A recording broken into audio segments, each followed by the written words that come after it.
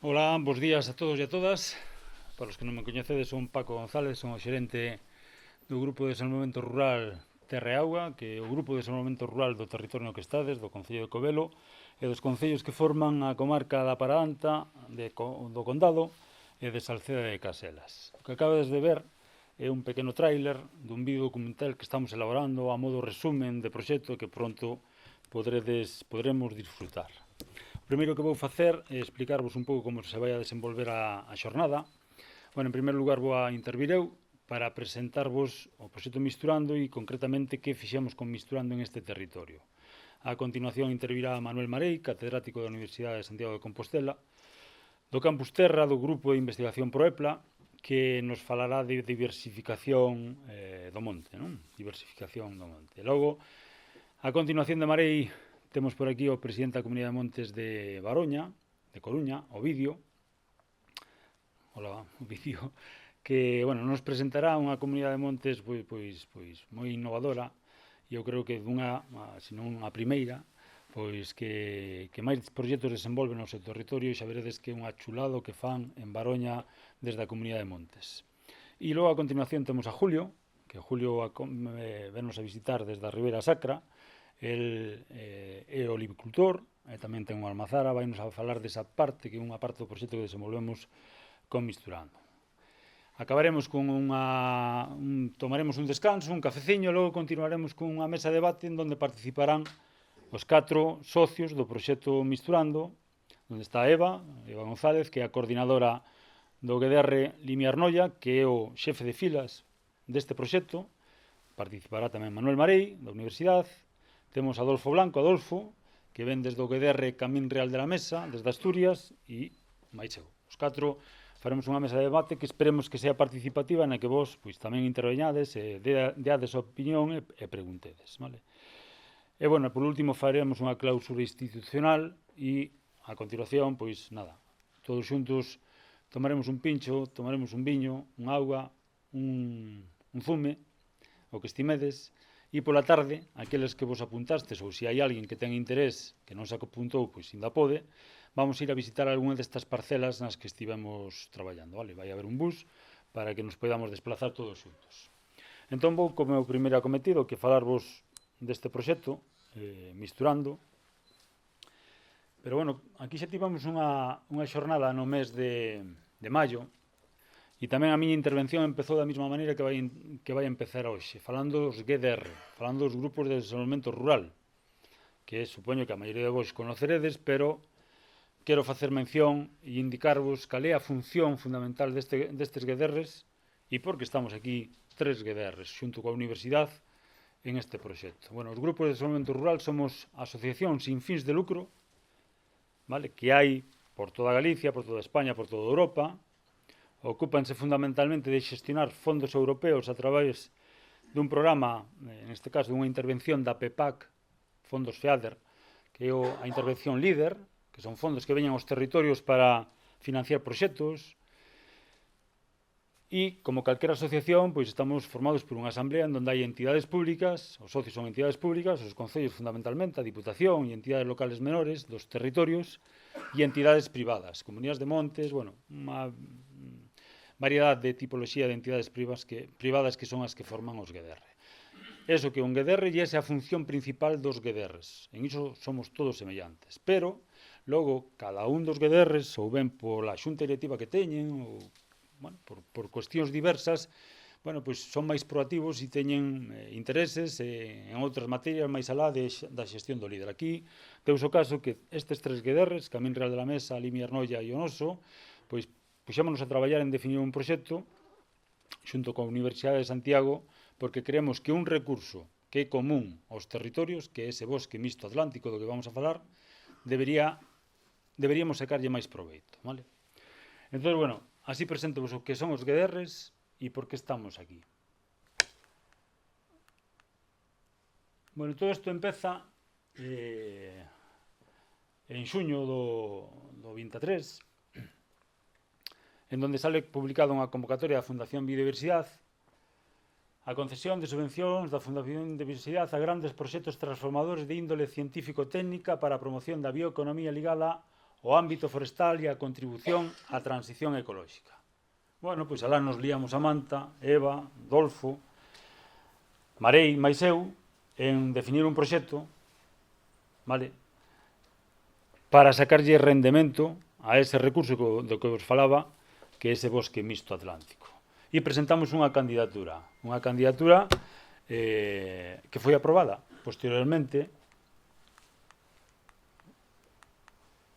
con unha moi boa puntuación e onde vedes aí de que maneira se distribuiu o orzamento dese proxecto. O proxecto foi aprobado con 1.660.000 euros, financiaron 1.660.000 euros, bueno, aí tedes os 4 socios. A Asociación de Desenvolvemento Limi Arnoia, a Universidade de Santiago, o noso GDR e o GDR Camín Real de la Mesa. E aí vedes a distribución do orzamento total entre cada un dos socios. O investimento total do proxecto son 1.747.992 euros, dos cales o 95%, ese 1.660.000 euros, financia a Fundación Biodiversidade. O resto, o 5% restante e o IBE, pois cada un dos socios, bueno, tuvo que ou ben con fondos propios ou con convenios con outras entidades conseguilo. E o proxecto en sí titúlase desta maneira: Desenvolvemento de novas estrategias de valorización do bosque mixto atlántico en espazos protegidos de Galicia e Asturias. E no título falamos de bosque mixto atlántico e está ben, inda que creo que todos os que estades aquí sodes moi entendidos da materia, pero está ben que o definamos, pois está conformado fundamentalmente por diferentes especies de frondosas, vale, e matorrais en rexións temperadas da cornisa cantábrica noroeste da Península Ibérica, adaptadas ás condicións edafolóxicas e climáticas e que se rexeneran como consecuencia da falta de actividade agrícola, gandeira, forestal e tamén dos lumes.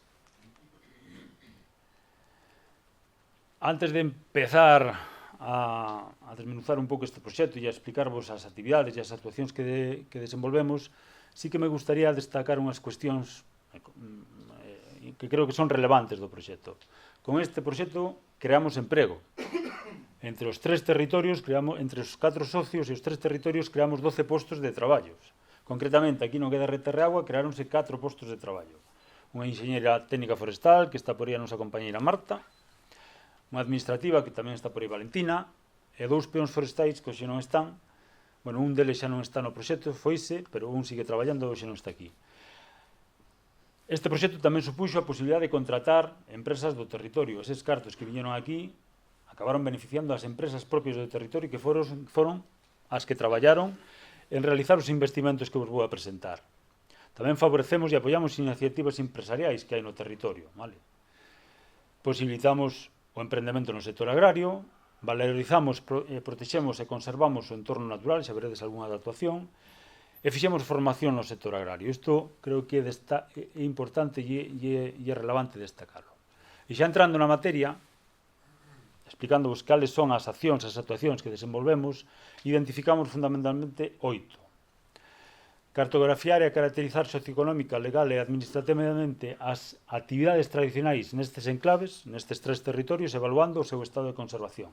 Esta é unha actividade que fundamentalmente liderou a Universidade, fixo a Universidade, que é ver que se estaba facendo nestes 3 territorios, como se estaba xestionando, e ver que modelos de xestión funcionaban mellor e cales peor. A seguinte, identificar modelos de xestión innovadores e exitosos en contextos similares ao do ámbito de actuación era ver que se facía fora destes 3 territorios, no resto de España e en Europa. Aí consultaron un mogollón de proxectos e de aí sacaron o que foi a terceira actividade. Elaboraron un catálogo de modelos técnicos e económicos innovadores para a posta en marcha de actividades demostrativas. Estas 3 primeiras actuacións desenvolveunos fundamentalmente, como vos decía, a Universidade, e consistiron en ver o que se facía aquí, ver o que se facía no resto de Europa e definir en que íbamos a traballar. A partir de aí, as seguintes actuacións, a 4, a 5 e a 6, fundamentalmente, foron as que se fixaron nos territorios. Validar eses modelos técnicos económicos que definir a Universidade para aproveitamentos forestais, a acción 4, a acción 5, validar eses modelos técnicos económicos para aproveitamentos silvopastorais e a acción 6, para aproveitamentos agroforestais. Xa por último, a 7 e a 8 tamén son 2 actuacións moi importantes e hai que destacar porque de todo ese traballo a Universidade recolleu datos, elaborou, como vos vou a enseñar, unhas ferramentas para que puidéramos transferir, dar a conocer os resultados, para que eses resultados sean útiles para poder planificar no territorio, e, bueno, e por último, o que estamos facendo é difundindo os contidos, bueno, o que se fixo no proxecto. Voume fixar, sobre todo, en estas tres accións, tamén nas seguintes, pero fundamentalmente en estas tres, porque foi o que realmente fixemos no territorio, no noso territorio. Acción 4, validación de modelos técnicos e económicos de aproveitamento forestal. A 5, aproveitamento silvopastoral. E a 6, aproveitamento agroforestal. Nós, na nosa comarca, no noso territorio, actuamos na conca alta do río Tea. Vale? Como vos decía, a convocatoria iba ligada a espacios naturais protegidos. O noso territorio, de toda a superficie que ten, solamente ten o 1,7% de espacio natural protegido, que aquí é Rede Natura. Río Miño, Río Tea e pouco máis. Entón, puxemos os ollos na conca alta do río Tea. E que fixemos? Pois validar eses modelos técnicos económicos que vou a presentar. Concretamente, no modelos forestais, aproveitamento de bosque mixto desde o punto de vista da conservación, e desde o punto de vista micolóxico. No silvopastoral recuperamos uns antigos pasteiros abandonados para ganado vacún en extensivo, e no agroforestal a recuperación dun antigo aleivar que estaba carente de xestión e totalmente abandonado, por en marcha unha actividade vinculada á apicultura e a recuperación do cultivo de centeno. Bueno, aquí tedes desglosados todos os modelos técnicos económicos que a Universidade definiu. Como vedes, están encadrados por cada unha das accións e aí están os tres territorios onde se implantaron eses modelos económicos. Bueno, en referente ao aproveitamento forestal, o modelo económico 1 é aproveitamento do bosque mixto, onde prevalece a conservación de alto valor biolóxico da zona. Está suliñado en verde porque fixémolo nós. O modelo 2, aproveitamento micolóxico, tamén o fixemos nós, xa vedes que terre auga. O Camín Real de la Mesa desenvolveu o modelo 3, silvicultura en masas de castiñeiro. O modelo 4, silvicultura en masas de falla. Guedarre Limiarnoia desarrollou o 5, silvicultura en bosque mixto con dominancia de sobreira. O modelo 6, recuperación e ampliación dunha masa mixta de sobreira, carballo, bidueiro. O 7, recuperación e ampliación dunha masa mixta con dominancia de sobreira. O 8, recuperación e ampliación dunha masa de castiñeiro de froito. Xa dentro da acción 5 de aproveitamento silvopastoral, como vos decía, o Guedarre Terragua desenvolveu o 9, que é o gando extensivo de vacuno. O 10 non o pudemos desenvolver. O Guedarre Limiarnoia desenvolveu o 11 e o 12, gando extensivo de vacuno, recuperación de pastos de altura.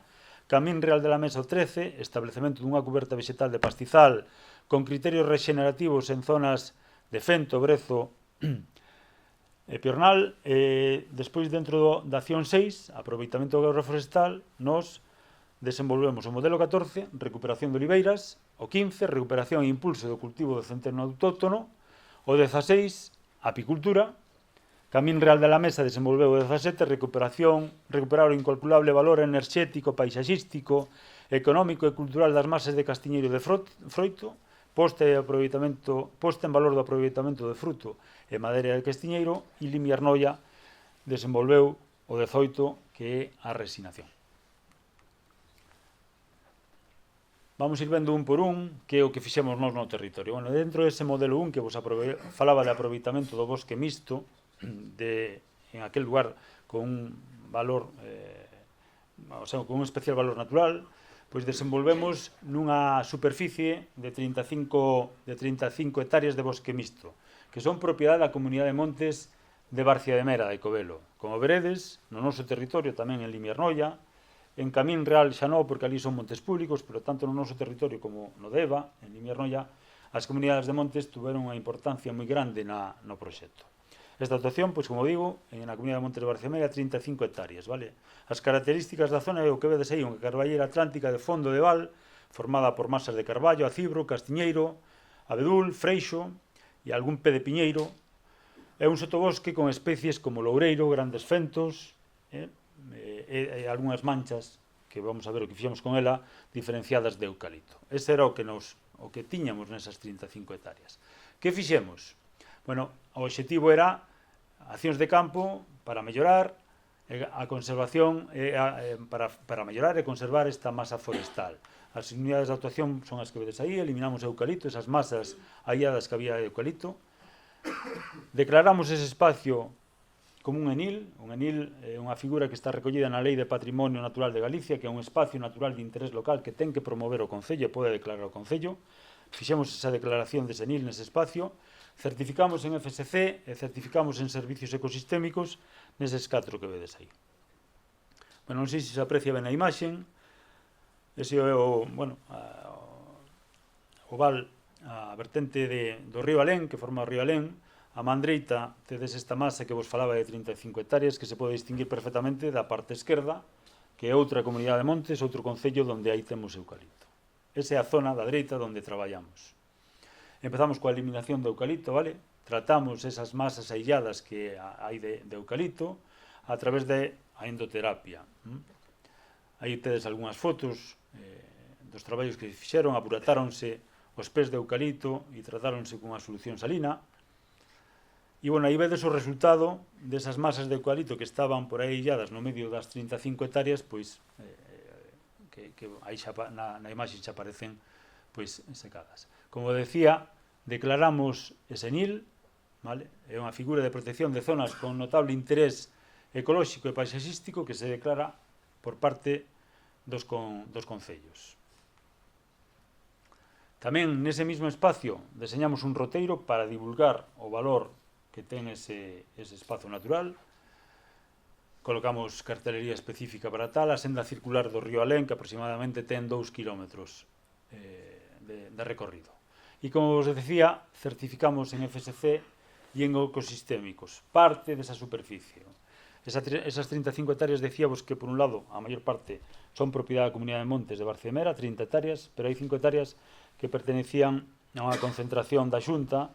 Tanto a Comunidade de Montes como a Xunta cedeu ese espacio para que o Concello pudera promover o tema do NIL. Pois nesas 5 hectáreas fixemos a certificación en FSC e a certificación en ecosistémicos. Xa no modelo 2 de aproveitamento micolóxico intervimos na Comunidade de Montes de Santa Marina de Covelo, aquí en Covelo, no Concello de Covelo. Prácticamente na superficie na que actuamos son 85 hectáreas e as unidades de actuación foi plantación con micorrizada, tratamentos silvícoas para a creación de espacios heliófilos, 1 hectárea media de poda e masa de frondosas, 3 hectáreas e medias de roza manual baixo arbolado nunha masa adulta de piñeiro, inoculación con micelio en polvo, vale? Desbroce manual para a preparación da zona, fixemos unha xornada práctica e participativa desa inoculación, fixemos un acotado micolóxico, creamos sendas micolóxicas, dúas, a senda micolóxica do Piñeiro de 1500 metros e a senda micolóxica da Parapinta de casi 5 kilómetros.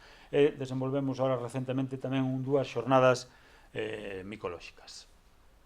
Bueno, aí tedes algunha imaxe destas actividades, os tratamentos helvícolas que se fixeron para favorecer eses espacios heliófilos, o cartaz da xornada de inoculación, bueno, hai fotos desa xornada, o acotado micolóxico e a creación destas sendas das que vos falaba. E estas xornadas tamén que vos comentaba agora que se desenvolveron aquí a parte teórica no auditorio e a parte práctica nos campos, nos montes de por aquí cerca.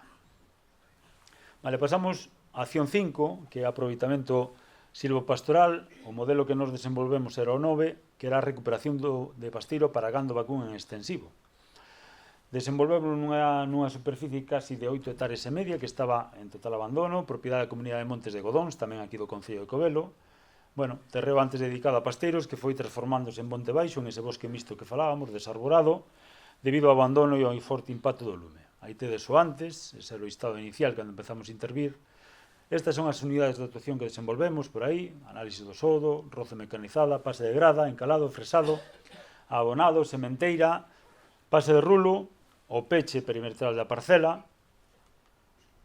E este é o resultado final de fai cuestión de un mes aproximadamente. A día de hoxe xa está máis desenvolvido o pasteiro.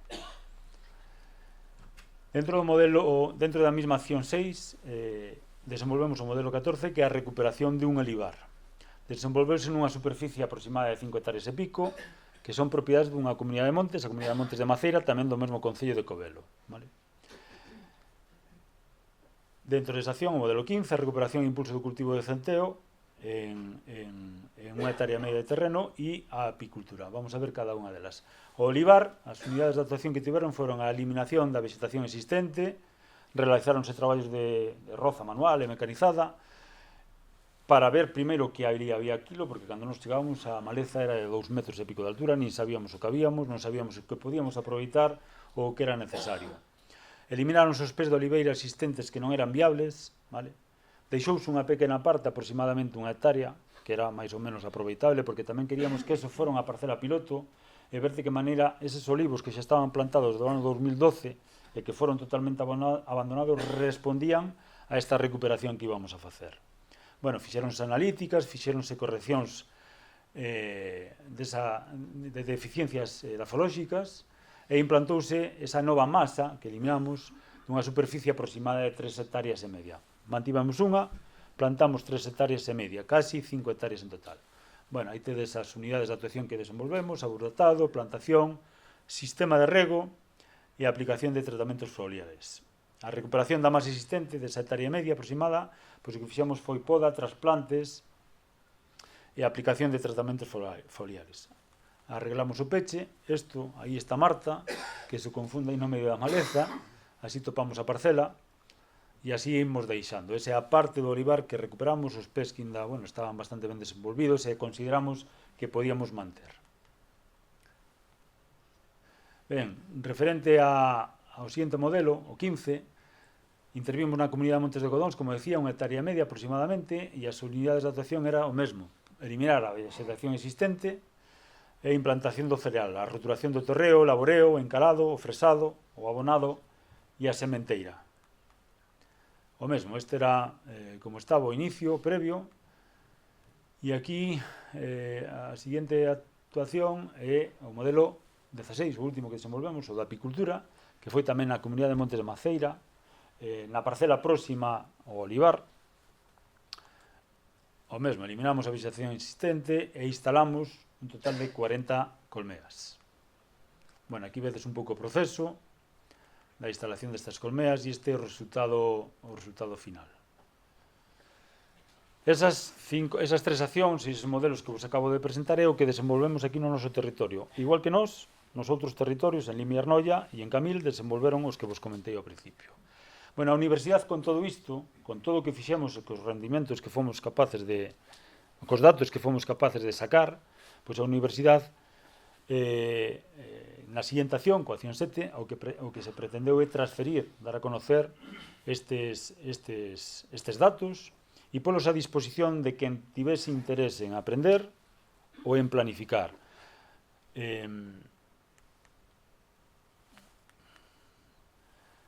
A universidade desarrollou unha plataforma que é accesible para todos, cursos Ploepa, en donde están colgados aí cursos que se definiron de todas as actividades que desenvolvemos. É dicir, se alguén quere ver como se planta un olivo, aí hai un vídeo curto en donde se explica con detalle como é o proceso da plantación, da poda, o mesmo co tema das rozas, todo o que vos fun explicando está aí colgado e está a disposición de que aquel que queira acceder a este tipo de información. Logo, por outra parte, algo tamén moi interesante, bueno, aí tedes en esa web tedes acceso a toda esta información que vos digo. E logo, outra cuestión moi importante que desenvolveu a universidade é un sistema de apoio á decisión. É dicir, eu como propietario podo saber que se pode desenvolver en unha parcela da miña propiedade. Pois a universidade fixo un aplicativo que facilita esa información, vale? Podémonos situar na nosa parcela. Isto está, bueno, programado de tal maneira que os resultados que se quitaron do proxecto se aplican aí e nos pode sacar unha aproximación dos custes de pôr en marcha algún destes modelos e dos resultados que se poden obter, vale? Ben, tamén dentro desta mesma acción, no noso territorio, e Camín Real, Limia e Arnoia tamén, dedicámonos a facer formación e a difundir este proxecto en colexios, en institutos, en obradoiros de emprego, en centros de formación profesional, en charlas, en xornadas divulgativas. Aquí temos fotografías de Marta, fundamentalmente, visitando colexios, institutos, visitas que fixemos as parcelas, con obradoiros de emprego, unha parte importante tamén do proxecto. E, por último, a acción 8 é un pouco a difusión dos contidos, todos que desenvolvemos, que fixamos a través destes medios, de radio, televisión, prensa escrita, medios especializados, xornadas técnicas, webinar, que, por certo, o lunes estades convidados, se é do vosso interés, a participar a unha do mediodía, online, vale? Nas nosas redes sociais, nas redes sociais dos socios, están aí a vosa disposición, vale? E, bueno, hasta aquí un pouco a presentación, a miña presentación, vale? Que o que pretendía era explicarvos que é o que desenvolvemos con este proxecto no noso territorio. Se tedes algunha pregunta ou algo, pode ser este momento, ou se non, podemos las deixar para a mesa de debate, que o mellor, bueno, pois aí tamén, pois, animados a participar máis e a comentar. Non sei se alguén quere comentar algo, preguntar. Pois entonces casi vou a dar paso ao seguinte relator, que, como indicaba antes, é Manuel Marei, catedrático da Universidade de Santiago de Compostela, unha parte esencial para nós neste proxecto, porque a ventaxa que temos os guederres é que conocemos os territorios, conocemos as necesidades que hai nos territorios, pero quen teñen coñecemento, que ten a innovación, é a universidade. Eu sempre digo que a veces hai eslabóns perdidos entre a universidade e os territorios. Eu creo que aquí, coa estrutura do consorcio que está establecido entre a universidade e guederres, eses eslabóns pudéronse salvar e púdose transferir ese coñecemento e esa innovación aos territorios. Marei, por favor.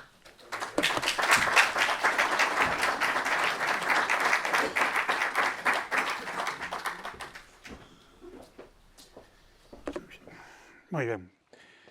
Bueno, bons días a todos. Moitas gracias por estar aquí, moitas gracias a Paco por a presentación que fixo do proxecto. Eu non vou falar do proxecto agora, vou facer só unha pequenas mencións paralelas na presentación. Vou falar de, bueno, un pouco isto de cal é a situación do sector forestal en Galicia frente aos lumes.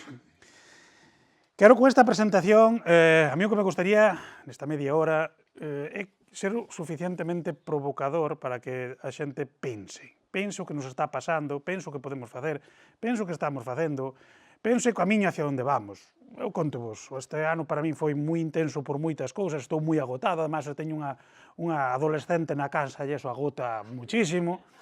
Entonces, foi un ano moi intenso polo tema dos lumes tamén, non? Sabemos moito na prensa, xusto cando estaba ardendo Galicia, además do cuestión emocional que pode ter para un, que leva, bueno, que os sinte, eu son de Castro Verde, son dun territorio que veredes aí.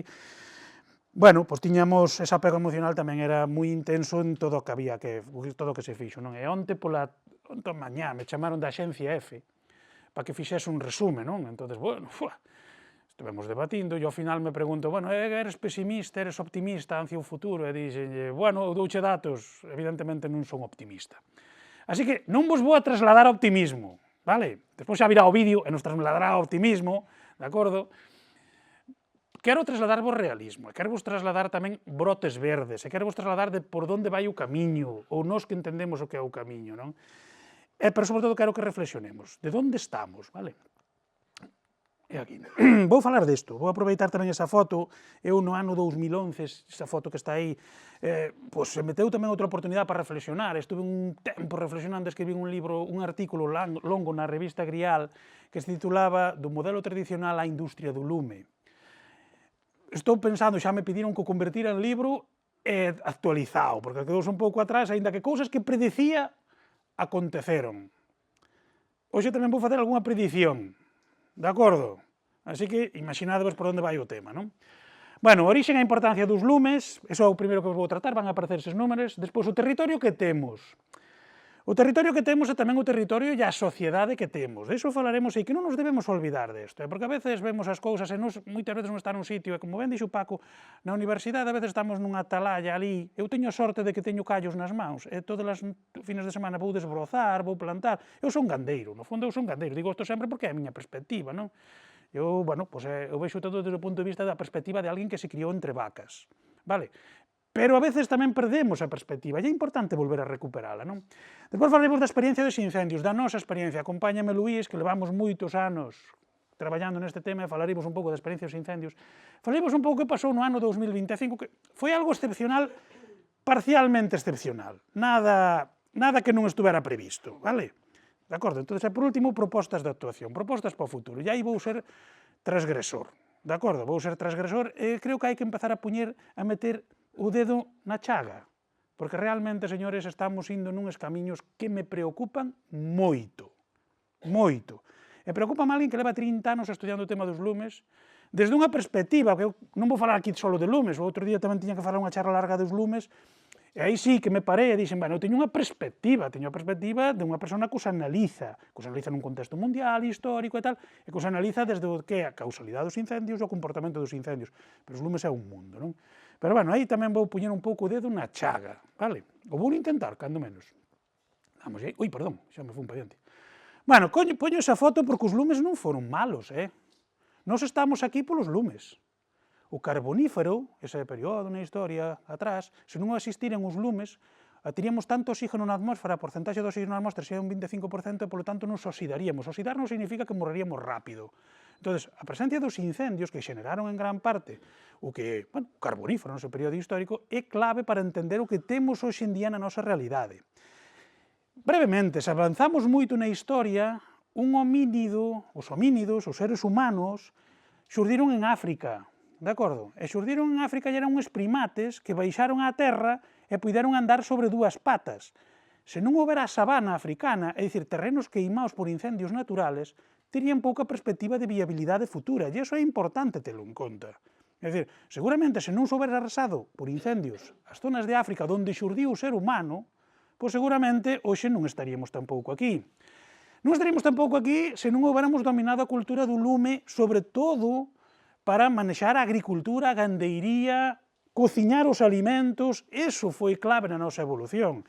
É dicir, dice Víctor Resco que o ser humano non debería ser chamado Homo sapiens, porque non está claro que todos seamos sapiens, pero que sí que deberíamos ser chamados Homo píricus, porque sí que todos lle debemos algo ao lume e manexamos o lume. Entón, o lume non foi malo, non ten por que ser malo, e tradicionalmente, hasta fechas moi recientes, nos trouxo hasta aquí e foi clave en todo o que temos na nosa evolución. E o sigue sendo, O lume sigue sendo unha das principales ferramentas de traballo e de xestión do territorio, con base para a agricultura, para a gandeiría, para a actividade productiva, en gran parte do mundo. E, polo tanto, a visión que temos neste momento cortoplacista, desde unha óptica moi urbana do lume, de algo moi negativo, e aquí xa non estou entrando en temas de ecoloxía, que eso xa é outra cuestión, de como evolucionan os sistemas frente ao lume. Se non entenden dende o punto de vista social e económico, pois non ten que ser tan pesimista. De acordo? Entón, eso sempre temos que ter en conta, e a min gustame sempre arrancar por isto. Se non fora por o lume, hoxe nós non estaríamos aquí. Polo tanto, ese odio atávico que parece que nos transmiten ao lume, cuidado, que non é tanto así, nin ten por que selo. E tamén, ollo, porque quizás poidamos seguirlo aproveitando para moitas outras cuestións de xestión do territorio. Este é o territorio, de acordo? A imaxe grande, isto é, según os últimos datos que temos de Galicia, de como está o noso territorio. Bueno, aí vedes tres colores, roxo, azul e verde. Roxo é eucalipto, género eucaliptos, azul é coníferas, pinos, pino pinaster, pino radiata, e verde frondosas, bosque mixto autóctono. Paco comentou antes, este proxecto vai sobre o bosque mixto autóctono, que é unha realidade superficial, bueno, xa vedes por onde está, o que ocupa, pero que, dende o punto de vista do aproveitamento económico, pois tamén sabemos o que supón. Tradicionalmente, dende o punto de vista forestal, menos do 3% do aproveitamento da madeira en Galicia é de masas de frondosas. E o seu valor económico é o que é, de acordo? E vos vou falar dunha iniciativa que xurde de abaixo, que trata de aproveitar tamén esas frondosas, ademais da que fagamos aquí desde este proxecto, non? Ese é o noso territorio, esa é a realidade, iso é como está distribuído Galicia. Evidentemente tamén queda aí a agricultura e a gandeiría, e deso vamos a falar a continuación. Porque aí no blanco hai matorral e hai agricultura e gandería, pero estamos falando que o noso territorio basicamente máis de 2 millóns de hectáreas son forestais, neste caso. A ver, esta é a Xunta de Galicia. Isto ten aquí o de marcar aquí, non? E son as consellerías, e diredes, oye, se isto para que non lo pon aquí? Porque agora vamos falar da componente social. Esta é a distribución das consellerías. Mirad onde está medio rural. E a posición importa, Esta é a distribución real de como se toman as decisións e cales son as consellerías de maior ou menor importancia. Iso non foi feito de forma alfabética nin aleatoria. Foi de acordo a criterios. E se Galicia, hasta os anos 80 e 90, era considerado un país de terra e mar, esta é a realidade que temos a día de hoxe. De acordo? E isto non lle puñades porque sea do color azul. Se viñeran os outros farían o mismo, De acordo? O sea, isto non é cuestión de empezarse a arrojar uns aos outros as pedras. Esta é a realidade do que importa para a sociedade de Galicia, neste momento, no contexto actual, os diferentes sectores. De acordo? E por que é isto? Por isto. Lédevos eso. É de onte, Campo Galego. Aproveitei aquí, entrevistaron a un compañeiro e amigo Kiko Ónega, e quedadevos con eses datos.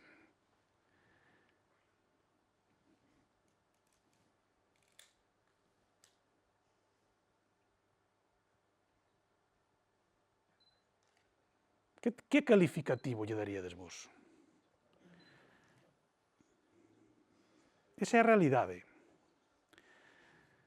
Os xefes de explotación teñen unha media de idade de 63,6 anos. Media de idade, 63,6 anos. Menos dun 10% teñen menos de 40 anos. Vale? E fixadevos na pérdida de actividade. Hoxe non chegamos ás 5.000 granxas de vacún de leite, Non chegamos. A lei de hierro da gandeiría de leite, da cal eu procedo, me gusta, coñezo, e é o meu foro, xa dixen, eu teño esta perspectiva porque eu me criei entre vacas. E, eso marca carácter, de acordo? Era que cada 10 anos o número de explotacións se reducía á mitad. Vale? Bueno, pero cada vez é máis acelerado. E con esta perspectiva, iso é o que nos espera. Bueno, podemos ser optimistas, pero necesito que mo digades vos para seguir sendo optimistas, de acordo? Porque eu, a día de hoxe, non vexo ese optimismos. Dadevos conta estas pérdidas, estas pérdidas que temos de poboación activa, de poboación no sector. Eso tamén explica o que víamos na transparencia anterior, é dicir, de onde está o medio rural? Porque realmente iso é o que pesa. Pero tamén o viste sobre o territorio. Entón, eses desaxustes tan terribles entre territorio, porque o territorio permanece, o territorio non se vai, E o que é a actividade explica moito do que está a acontecer, ou casi todo do que está a acontecer, de acordo? Entón, isto tamén non debemos de enquecer. Xa digo que o artigo completo tedelo en Campo Galego a día de publicouse onte. Bueno, agora vou falar de incendios. Bueno, de incendios podemos falar, algo podemos falar. Vou ser breve nestas partes teóricas. Estos son algunhas dos artículos que nós temos publicado nas mellores revistas do mundo, nas revistas científicas, sobre temas de incendios. Son algúns deles, Nos aquí temos un elenco de traballos feitos sobre a cuestión dos incendios. Nos dedicamos basicamente a modelizar incendios, é dicir, que está pasando, que non está pasando, por que está pasando. Houve temas que nos traballamos de diferentes ángulos da causalidade dos incendios, e que, bueno, que, olles, manexando millóns de datos de incendios, neste momento, Luís, corríxeme, pero cantos datos poden estar no novo artículo, no mundial? Millóns. Estamos traballando con inteligencia artificial, estamos aumentando, ahora, nos traballamos moito en Galicia, despois traballamos en España, traballamos en California, e agora estamos traballando a nivel mundial sobre temas de incendios, vale? Entonces, bueno, ese é o noso enfoque, e se nos vamos un pouco a Galicia, temos feito modelización de incendios. Este é un traballo que fixen no seu día coa xente de estadística, con Isabel Fuentes, que é como se comportan e como son os modelos de predición dos incendios en Galicia. Aquí separados por causalidades, vedes aquí que incendios provocados, os Arson son provocados, ya que eles son naturales. É dicir, son para os diferentes anos nunha serie histórica de como se provocan os incendios, de como se causan os incendios. Os patróns no mundo dos incendios permanecen. Os patróns clásicos, tanto espaciais como temporais como causuais, permanecen. É dicir, o incendio é algo que se pode predecir, que ten asociado normalmente unha causa raíz. Cal é o preocupante? Cando esa causa raíz muta, cambia, se incrementa. É dicir, ao largo da serie histórica, os incendios provocados que viñan asociados ao mundo da actividade gandeira, que foron moi denostados, e volva a primeira transparencia, e eran importantes, é dicir, aquelas queimas de pastos que nos levaban a manter o gando, pois víamos que se provocaban en determinadas fechas e se provocaban con determinados motivos, de acordo?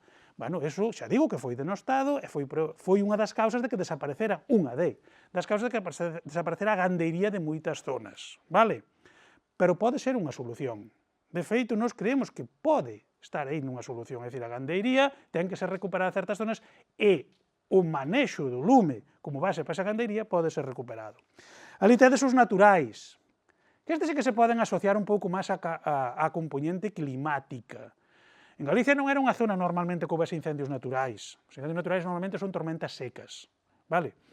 Pero sí que aparecen agora, De feito, no ano 2022, sí que os grandes incendios que arrasaron, bueno, os dous incendios que arrasaron o Caurel e o barco de Valdeorras foron por causas naturais. E aí sí aparece claramente, posiblemente, fenómenos asociados ao cambio climático. Ben, é certo que houve outros períodos, no ano 2003, a Fonsagrada, e nos anos, en certas zonas, houve hasta 30 focos diferentes provocados por tormentas secas.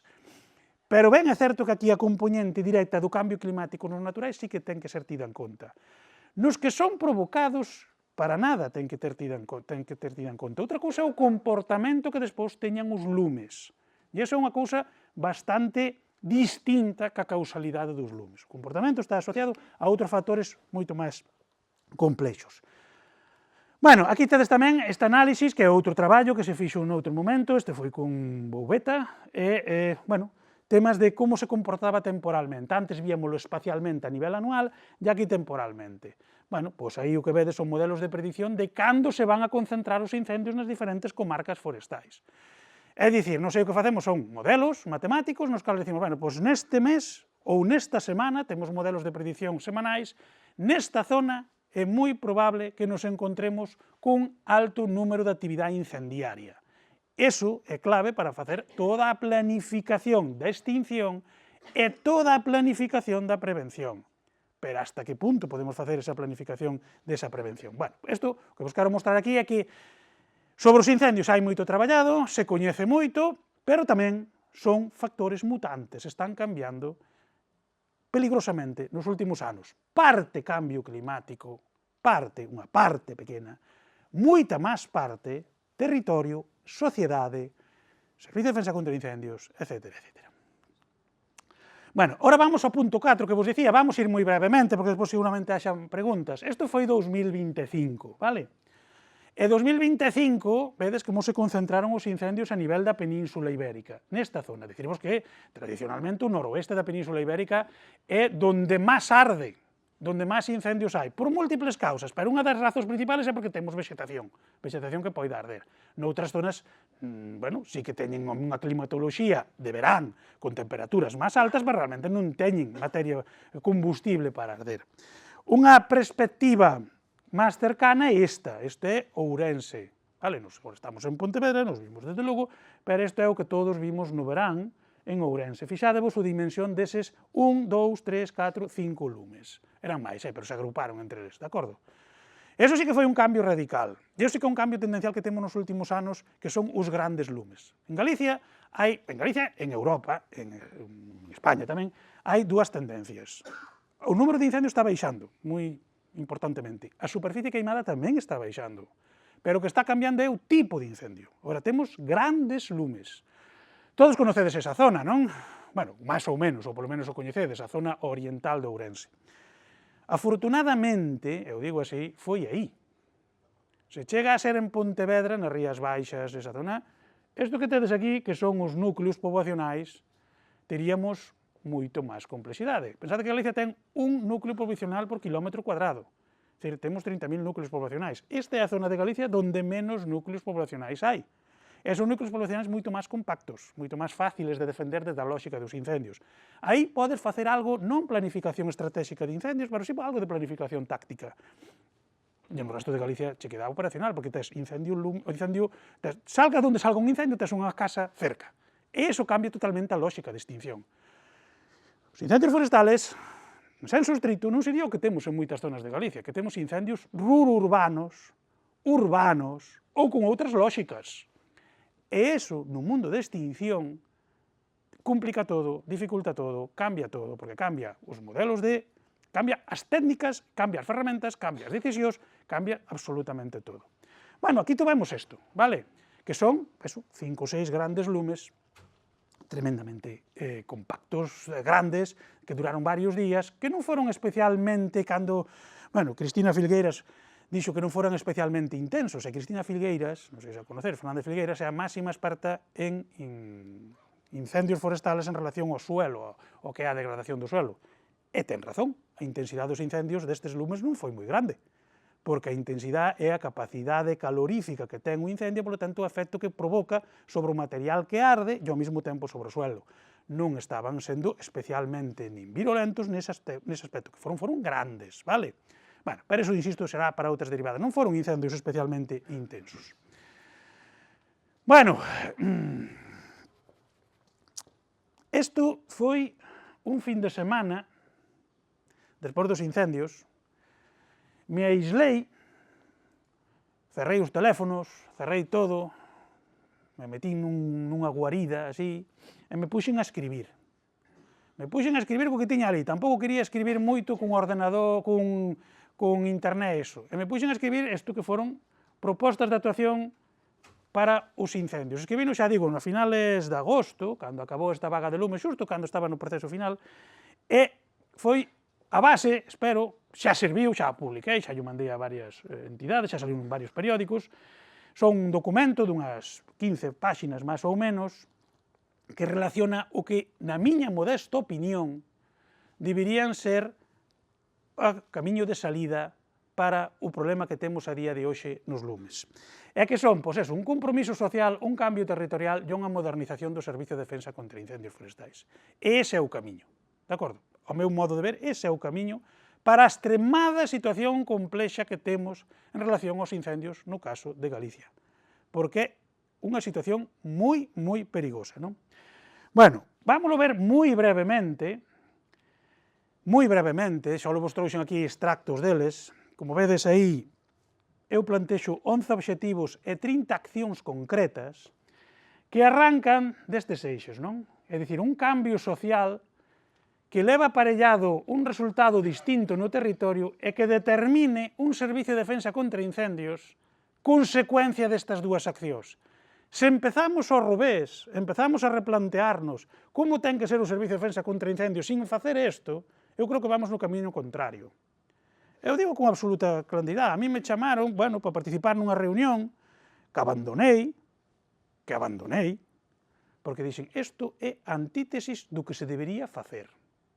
Porque, basicamente, naquela reunión se plantexaba incrementar o número de traballadores no Servicio de Defensa contra Incendios. E querían que eu estivese ali participando deso. E dixen, non, mira, hasta aquí. Ese non é o camiño, vale? Ese non é o camiño.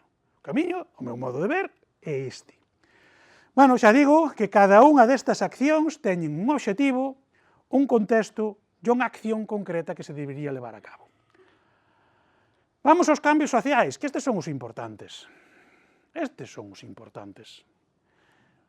Lembrade de onde vimos, territorio que temos, importancia do medio rural, na escala de pensamento do país, contexto no que están as explotacións. Bueno, eu puxen esta frase. A min, xa sabedes os que me coñecen que me gustan frases así contundentes. Se non facemos isto, podemos seguir maquillando un cadáver. É dicir, se a xente non volve a querer o seu territorio, pois sí, podemos facer moitas cousas, pero non será, quedarános bonitos en determinadas cousiñas. Traballos como este proxecto son interesantes, pero se non se integran con outras cousas máis amplias, vale, pois nos quedarán zonas moi ben. Oyes, eu traballei en cooperación internacional e andábalo por Centroamérica e acórdome dos proxectos que facía GTZ aos alemáns. Chegabas a un sitio, joder, macho, replicaban Alemania ali, ora mirabas todo ao redor e dicías, ostras, no, isto non é Alemania. Vale, mirabas para dentro, isto é Alemania, mirabas para fora, isto non é Alemania. Vale, bueno, pois seguiremos tendo ese problema de que estaremos maquillando un cadáver.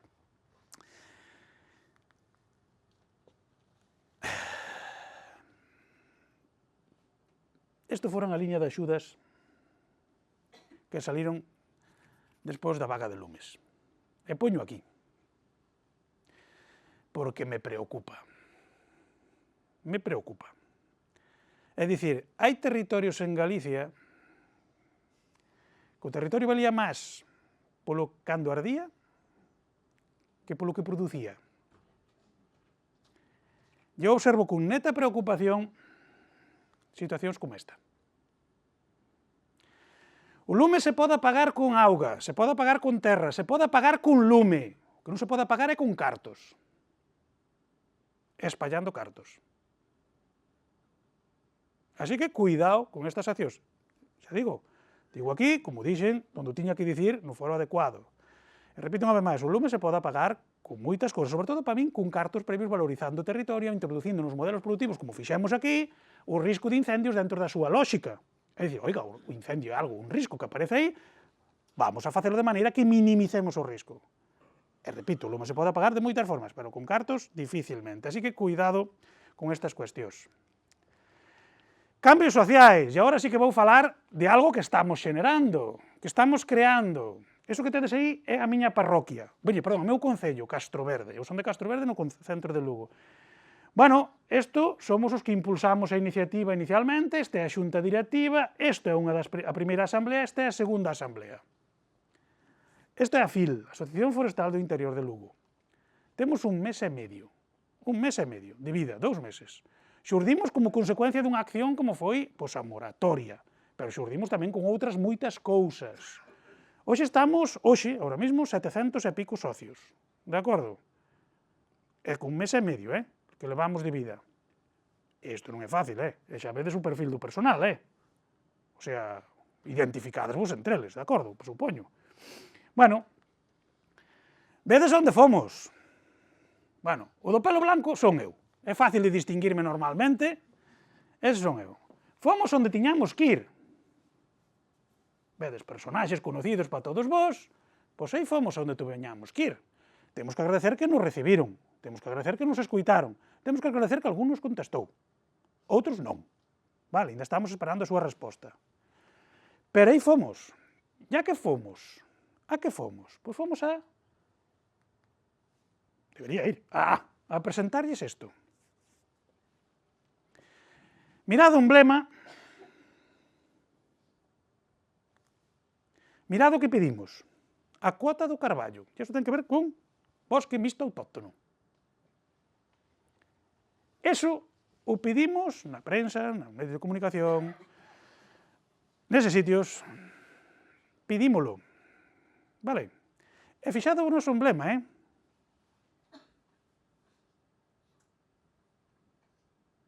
Ese é o cambio social, meus queridos amigos. Ese é o cambio social. Solo o feito, eu moitas veces transmito esta xente que tíamos aí non había nada que transmitirlles. Podelos enarbolar, podelos tal cual, pero eu solo o feito de transmitirlles a idea desa a xente nova, que eu dou clase a xente nova, de dicirlle, mira, macho, cando os teus bixabuelos tiñan a túa idade, estaban en Sudamérica, en Cuba, Argentina, en Venezuela, traballando como negros, xa nunca mellor dito, permítase a expresión, en que sea hoxe políticamente incorrecta, para coller uns poucos cartos, volver á súa parroquia e comprar as terras que hoxe temos abandonadas. Eso sí é verdade, dixo alguén por aí, exclamou, entre o público. Solo eso, xa nos debería facer retorcernos un pouquiño. Solo eso, E iso trascende ideoloxías, trascende pensamentos, trascende tal. Defendamos o que é noso herdado dos nosos pais e que debemos deixar vivo aos nosos fillos. Isto do cambio social, alguén dirá, non, un experimento, un libro. Non. Isto do cambio social é isto é cambio social. Claro que cada un aí ven ca súa cousa na cabeza. Oye, es que aí temos tipos que queren plantar eucaliptos nas potas do caldo, Vale? É que temos que correxilos. Vale? Enderezalos. Pero o emblema sigue sendo o mesmo, E nós aquí o que demos é, fixadevos que agora sí que vou ler, isto foi unha emenda que presentamos á lei de presupostos, unha emenda que chegou á mesa do presidente da Xunta, o presidente secretario xeral do PSDG-PSOE e o portavoz nacional do Bloque Nacionalista Galego, máis todo o que vistes aí.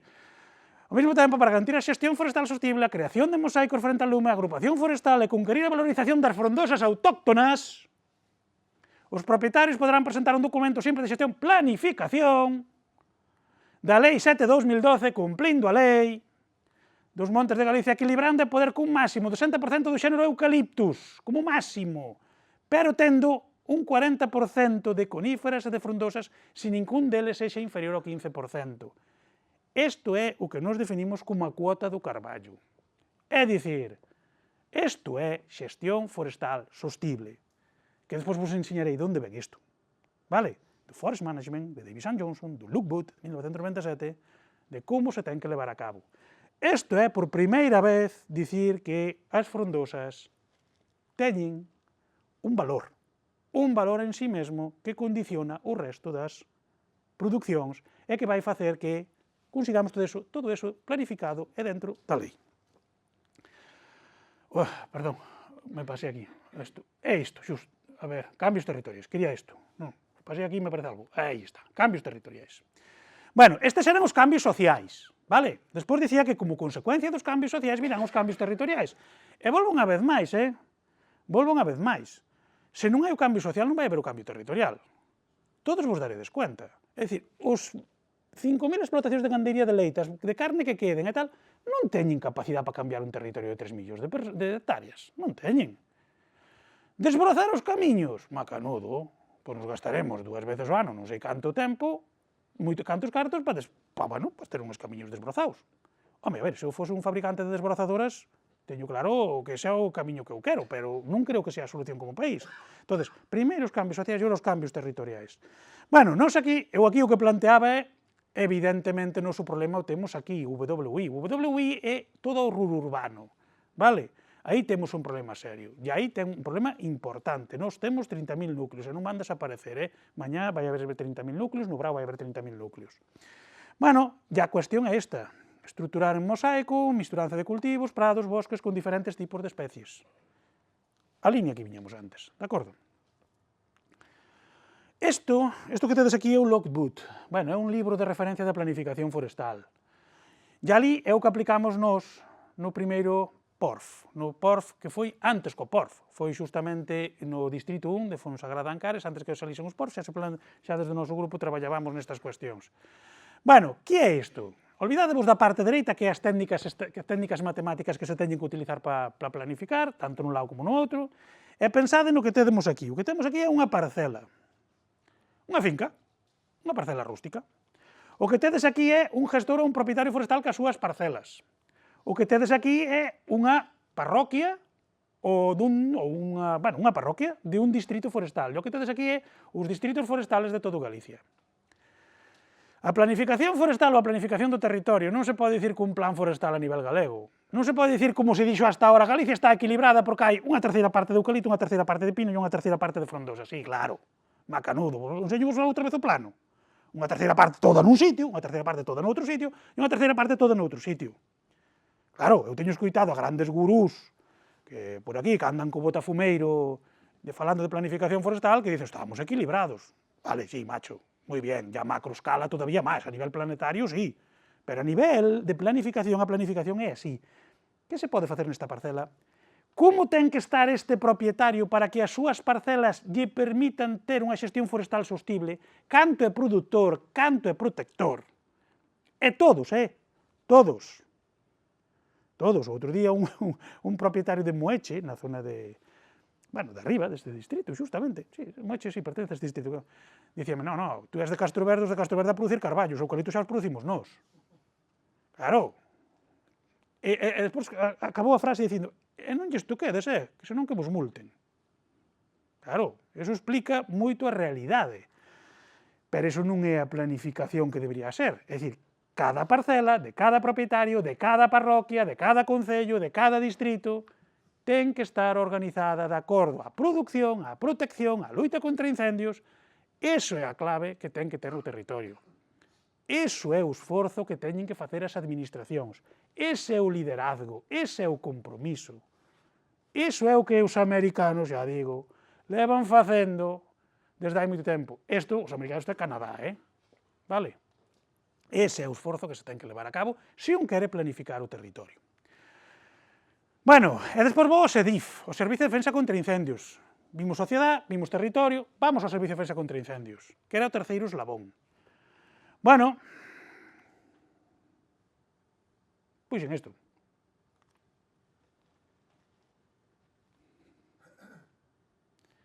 Estou extremadamente preocupado. De acordo? Estou extremadamente preocupado porque o Servicio de Defensa contra Incendios non pode ser un mecanismo en sí mismo incremental, non pode ser a base de empleo, non pode ser a base de actuación, non pode ser. Porque se vamos nese camiño, además da súa ineficiencia, porque, repito, o que pasou este ano debería haber unha auditoría, pero non todo se pode decir que foi cambio climático. O cambio climático tamén había hai 2 anos, hai 3, ou haberá dentro de 4. O cambio climático pode explicar algunhas cousas, non todas, Cambios territoriais tamén, pero hai que ir aquí. É dicir, todos os países do mundo, e aí sí que é interesante, porque isto é unha reflexión máis grande, porque revisei, está publicado na revista Science, en outras revistas, todos os países do mundo están reaxustando o seu servizo de defensa contra incendios aos novos modelos de incendios, e Galicia ten o que facer. Pero, unha vez feito ese cambio social, cambio territorial, despois virá eso. Bueno, tamén vos fago esta reflexión aquí sobre eles. É dicir, fai 35 anos se creou un sistema para un territorio e unha sociedade que non existe. Hai 35 anos en Galicia había máis de 175.000 explotacións gandeiras que todos os días, facían xestión contra incendios. Todos os días nas súas parcelas. E hoxe iso xa non existe. De acordo? Fai 35 anos tiñamos o territorio cheo de poboación que todos os días facía vigilancia dese territorio. Con diferentes objetivos, que tamén había zonas onde se facía vigilancia para ver se era bon día para prender yo ao monte, vale? Pero con diferentes objetivos, pero facía vigilancia dese territorio. Entonces, eso xa cambiou, e polo tanto, hai que facer unha auditoría, hai que ver como estamos e ver en que temos que cambiar. A ver, e isto ahora non me vai, acababa a punto. Se lle acabou a pila. Aí está. Bueno, elaborar unha nova estrategia para o futuro, que vos decía, do Servicio de Defensa contra Incendios, e me preocupa, e con isto xa remato, e non vos dou máis a tabarra e reflexionar, me preocupan noticias como esta.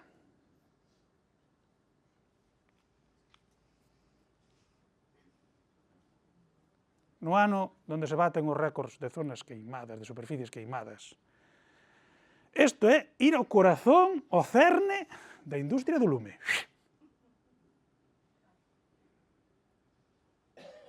Ya está aí, podo ler. Eu entendo as reivindicacións e tal, pero isto sí que é ir, ao meu modo de ver, na línea absolutamente equivocada. É dicir, primar a ineficiencia, eu creo que nunca foi un bon camiño. Entonces, ollo con isto.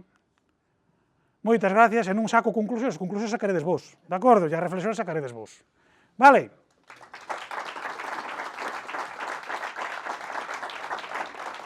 Oye, paso ao vídeo. Aí, un segundillo, porque creo que... sí, hai pregunta. Unha cousa, se pode ser, un segundo nada máis. Sí. Bueno, hai unha frase atribuída, pero creo que con certeza, a Jean-Claude Juncker, de que os ámbito político saben perfectamente o que teñen que facer, que non sabemos é como ganar as eleccións despois de facelo. Quero decir que todo isto está moi ben como modelo teórico, eu penso. É verdade que nos 3 escalóns que plantexabas dentro do cambio social ato terceiro, que é o sistema de defensa ou de loita contra os incendios in situ, claro, hai un desfase temporal imprescindible. O ritmo de cambio ou de modificación dese cambio social é infinitamente máis lento en termos sociais e antropolóxicos que do que ten que ser a resposta política á cuestión, na miña opinión, desde logo. E logo tamén me gustaría saber, e eu aí esa parte sí que non teño nin idea, por eso pregunto, nos modelos matemáticos predictivos, que porcentaxes hai de error non explicado por esos modelos? Porque eu, nas actividades económicas, que é o que controlo un pouco, bueno, pois está é moi importante saber canto é o error non explicado por os modelos. E intuyo que aquí, cando os procesos históricos son irreversibles, é dicir, un objetivo de reocupación demográfica e económica do territorio en Galicia, en España e en Europa é impensable, non vai acontecer por moitas voltas que lle demos, por moitas políticas públicas proactivas que desenvolvamos. A concentración urbana pois, bueno, é unha tendencia de oferta e demanda de modificación difícil, lenta e complexa. Entonces, claro, decías ao final moi ben como sacar as conclusións nos, pros que non estamos no tema tan directamente non nos resulta tan fácil. Vamos por partes, son varias cuestións. Primeira cuestión, cos cambios sociais levan tempo, algúns e outros non. Eso que pasou agora, que está pasando nos 40 concellos do interior de Lugo, eso é, dai un mes e medio, e o sustrato de cambio estaba aí, O sea, outra cousa é activalo, outra cousa é facer a causa raíz que faga que esa xente que estaba parada, sin confianza, que non sabía o que facer, pero tiña unha inquietud, dirixila, ou organizala, ou darlle voz. Repito, o único instrumento que tivemos para conseguir 700 socios foi un grupo de WhatsApp. Un grupo de WhatsApp. Evidentemente, yo un cabreo potente. Lóxicamente. Eso está claro. Segundo, que non vamos a reorganizar o territorio, que non vai a volverse a producir. Eu non sei por qué. Austria é un país da Unión Europea. E Austria sigue tendo os incrementos, sigue tendo as tasas de incorporación de xente nova á agricultura máis altas de toda a Europa e moi por encima de cualquier outro país. E Austria, xeomorfolóxicamente falando, é un país cunha serie de dificultades. E sin cambiar o seu modelo de agricultura, As explotacións en Austria, cando unhas visita, non son macrogranxas. Siguen sendo granxas dun tamaño mellor, máis ou menos, parecido que teñen a día de hoxe. Non entro en Suiza, que é outro exemplo, porque Suiza non pertenece á Unión Europea. Digo Austria por meterlo nun contexto de Unión Europea. Entonces, hai formas de facer as cousas. Outra cousa é non ter o interés, non ter o compromiso, non saber o que estás buscando. É dicir, eso é o que todavía eu creo que as estruturas políticas deste país, todas, unhas se van por un lado, outras xa desapareceron do rural, e outras permanecen aí co desfacer, desapaser, vale? Non saben levar a cabo, e o resultado aí o temos. O resultado o temos. Agora podemos cambiálo, podemos dirixilo facer outras cousas distintas, que existen exemplos. E eu sigo apelando ao apego emocional, e ao apego social. Oiga, outro día dicía directamente, oye, pois mira, hai moita xente que co seu sueldo, que é moi lícito, pode seguir pagando na cidade de Lugo pisos a 3.000 euros metro cuadrado. Na cidade de Lugo, que como é ahora. Ou pode ir a vivir ao rural e traballar algo no rural. Que non? En Lugo, yo conozco zonas de Valdeferreiros, por ahí, con el vino, han recuperado una viña de la época romana. O sea, Bueno, sí, pero esos son exemplos, podemos ter exemplos puntuais, eu digo exemplos tal de masa. A ver, todo é complexo, evidentemente, pero sabemos na dirección que vamos. É dicir, dademos conta de que na dirección que vamos e no abandono territorial que temos neste momento, depois falaremos dos modelos, non me escabullo do tema matemático, que é un tema moi apasionante que nos daría pa largo. Pero quer decir que todos los a ver, temos o resultado que temos xa o temos, e a perspectiva que temos de futuro é tremenda, é terrorífica, que iso é o que máis me preocupa a min. É dicir, nós temos prácticamente 2 provincias interiores absolutamente abandonadas. Nós cando medimos o índice de Gini, onde se concentra a actividade agraria, cada vez en zonas máis concretas do territorio, cun tipo de explotación que tampouco é a máis sostenible, Neste mesmo artículo podedes ver que o principal factor, que estamos con gandeiría, o principal factor que temos é que non temos man de obra. É dicir, que ese é un dos factores tal. A xente, o millón non está vivindo aí. Bueno, pois porque o millón non estamos dando ca tecla. É porque os austríacos deron ca tecla. Porque os austríacos, no contexto da Unión Europea, siguen incorporando xóvenes á agricultura. Home, eu non o sei todo. Pero o cambio social é clave. Eu recórdome nunha vez, en Austria, hai moitos anos, nunha visita, falando con unha Fachhochschule, que é unha escola de formación profesional, agraria, como as que visitei aquí. En eso sí que creo que teño esperanza, porque como comentou antes Paco e con Marta, visitei todos os centros de FP de Galicia, neste proxecto, todos, co cual viña toda esa xente. Pero un chaval dixo a pregunta, e usted, tú que queres ser de maior? E con todo orgullo dixo, quero ser agricultor como fue mi abuelo, como fue mi bisabuelo, como fue mi abuelo, como fue mi padre. Eso é o que eu quero ser. E como quero que sea o meu fillo? Bueno, eu apelo a eso. Esa é a forza. O slogan noso de defendamos é a defensa. É a defensa. Hoxe estamos vendo os agricultores franceses outra vez movilizándose, Os estades vendo, non? Os estades vendo. Bueno, o veremos ou non o veremos. Veremos o que pasa. Entón, ese é o apego. E sobre eso poderíamos falar moito máis. E agora vamos ao tema dos modelos. Todo modelo ten un error. Que pasa? Que cando tú tes cantos máis datos tes, canto a serie histórica máis larga é, cando tú podes predecir hasta un punto. Evidentemente, todos os modelos de predición onde se van provocar os incendios teñen un error que che mide o propio modelo se estés utilizando, se estadística paramétrica, non paramétrica, ou sexa inteligencia artificial, medido con diferentes parámetros que che permitan saber hasta que punto podes precisar. A ver, cal é a nosa gran ventaxa? A nosa gran ventaxa é que traballamos con millóns de datos. Cal é a outra segunda gran ventaxa? Que nós somos extremadamente exixentes cas bases de datos cas que traballamos. Luís, que me acompaña, é super exixente. Non renunciamos a miles e miles de datos porque non pasan os nosos parámetros de control de calidad. Nós utilizamos bases de datos públicas. Por exemplo, cando traballamos en California, con cantos tipos de bases de datos traballamos en California? 5 ou 6. Fontes distintas. Bueno, pois para que vos vagades, desde as estatales, as federales, as dos indios, que teñen as súas reservas. É dicir, nós contrastamos a información por diferentes fontes, sometémola a todo tipo de arraigo. Por exemplo, un dos proxectos, dos traballos, que foi dos máis famosos nosos, porque, bueno, fomos os únicos, os primeiros, os únicos, casi, que habíamos traballado con o que estaba pasando cos incendios en California, que eso a principios do ano pasado nos deu moita repercusión mediática, porque desde aquí, como lle dicía eu, ríndose cunha amiga miña que estaba en Madrid, joder, que lle veñan a preguntar onde Tordia a miña parroquia, Castro Verde, por que arden as casas dos ricos en Hollywood, non deixa de ter guasa, non? Pero éramos dos poucos que habíamos traballado con eso, con eses modelos. Claro, nós, nese estudio, e aí está publicado, habíamos renunciado aos datos, porque era un análisis comparativo entre California e España, os datos de Madrid, de País Vasco, de Navarra, creo que eran eses, Madrid, País Vasco, Navarra, porque non cumplían o riguroso control de calidad ao que habíamos sometido para ver que eses datos eran fiables dentro do punto de vista do punto de ignición á vivienda máis cercana. Co cual, nós, cando publicamos en revistas dese nivel, a ver, nós temos na International Journal Wildland Fire, é a revista número 1 de incendios, e nós temos máis de 7 artículos publicados na International Journal Wildland Fire. Temos publicado en Stoten, temos publicado nas revistas, bueno, Stoten agora hai un millón non dicir, pero temos nunhas cuantas revistas de alto nivel onde os revisores, os editores, che controlan que o que estás facendo é riguroso. Matemáticamente riguroso.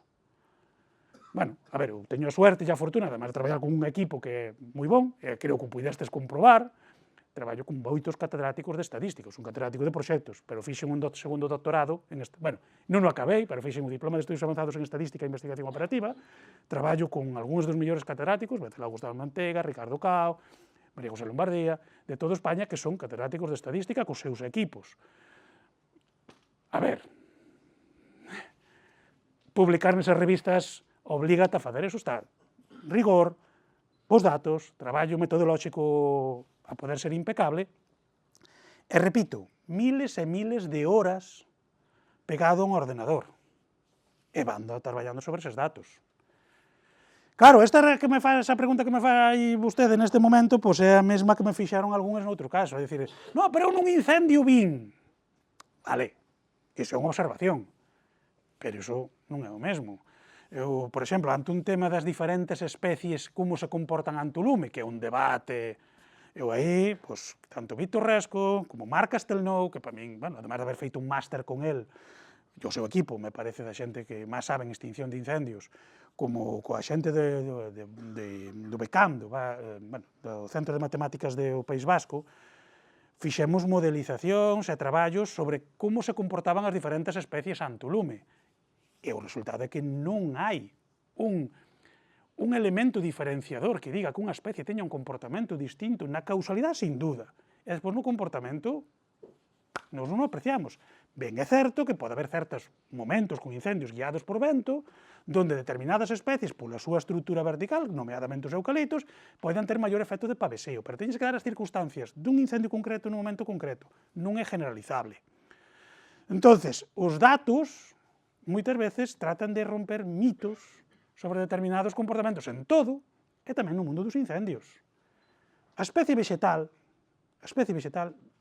de acordo a esta información, a nivel mundial, nunca explica nin causalidade de incendios, nin explica diferencias significativas no ámbito dos incendios. Eso tamén é outro dos efectos que tamén moitas veces sale, é que cando sale a luz, pois a xente, ao mellor, lle rompe o mito, lle rompe a súa apreciación personal que viu nun incendio concreto, nun momento concreto. De acordo? Pero aí sempre digo o mismo, é dicir, que hai que escuitar a xente que investiga, que traballa e que ten moitos datos ou miles e miles de experiencias. Quería comentar algo. A raíz desa asociación que comentou usted antes, que surgiu ahora hai pouquinho tempo, polo que eu teño entendido, surgiu por interés, sobre todo, polo tema da moratoria, como dixeches, porque tiñan medo a que xente da fora, cos dereitos de superficie, o tema este da permuta e todo isto, que lle foran, hasta onde eu sei, aniquilar terreos. Ao mesmo tempo, eu considero que na zona norte de Galicia temos un problema con os delincuentes ambientales que están enchendo terreos agrícolas con miles de plantacións ilegais de eucalipto, como ben dixeches antes, en zonas agrarias que se perderon, xente que vou da fora que se dedicaba a la agricultura e que sobre todo foi desaparecendo en base ahora a parcelas que están cheas e cheas que é vergoñento e incluso indignante ir toda esa zona a ver como está eso infectado de eucaliptos, basado nun modelo para mí na mandrioniza, de simplemente meter eso aí, quitar 4 perras, acabar con todo. O inventario forestal continuo para min está un pouco, non é real entre comillas, porque moita masa de frondosa que están contabilizando son zonas que eran agrícolas que foron ao abandono e se encheron de frondosa. O bosque mixto está un pouco tamén difuminado desa maneira, e o que vexo que hai un interés que xira, non é unha, como tú dicías, que era un interés social, que non o vexo así, mas ben é un interés personal en estas zonas, unha economía que xira alrededor de sobre todo ahora nesa zona, alrededor do eucalipto, e que vai ser un problema de cara ao futuro, como te decías antes, porque, bueno, eu sí que non comparto o comportamento do lume igual de todos os escenarios, porque aí hai que ter muchos parámetros en conta. Ao mesmo tempo, tamén considero que a administración, ese dinheiro todo que enterra en 50.000 axudas, 50.000 cousas, deberían promocionar os lugareños, a xente que vive no rural, por a súa labor social, xa non polo seu beneficio económico, porque calquera persona que vive no rural, que se dedica á agricultura, ou que faga calquer tipo de ser ese tipo de a súa industria, está facendo unha labor social, senón solamente o que está generando pois, para él, promocionar, axudar a que a xente poida vivir no rural e asentarse no rural e poder vivir deso. E ao mesmo tempo o Servicio de Defensa contra Incendios ten traballo de sobra, tendría traballo de sobra para poder subsistirse e que haixa vida alrededor de todo eso sin ter que solamente estar planteado na extinción. Hai traballo máis que de sobra na prevención en 50.000 cousas máis, como ti ben dixes antes, que ni siquiera hai man de obra. Porque eu atópome na nosa comunidade de monte muitas veces para facer traballos que non atopas ni siquiera personal para facer traballos de prevención porque non hai man de obra. Non sei se remataches. María, perdón. Sí. Tiño que facer de poli, vale. Temos un programa preparado, está o vídeo pendiente de subir a responder, non vou cortar a nadie, se queres contestas a isto, María. Canto tempo me das? Porque isto, a pregunta...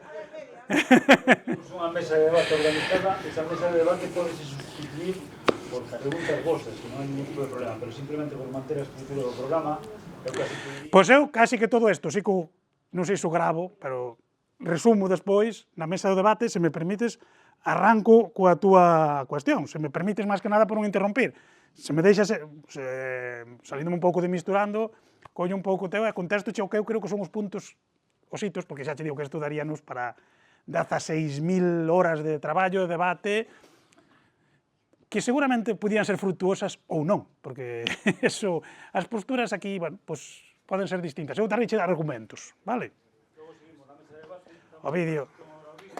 Ala, Sube, suba vídeo. Optimismo.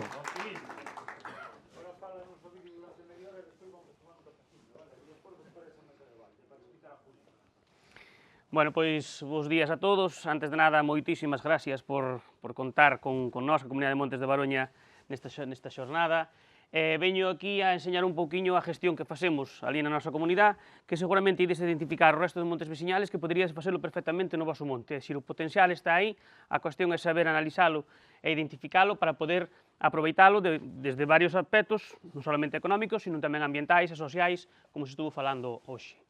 Bueno, Baroña estamos no Concello de Porto do Son, temos 878 hectáreas de terreno, e somos, neste caso, 176 casas comuneiras, que somos os habitantes que gestionamos, lógicamente, ese territorio.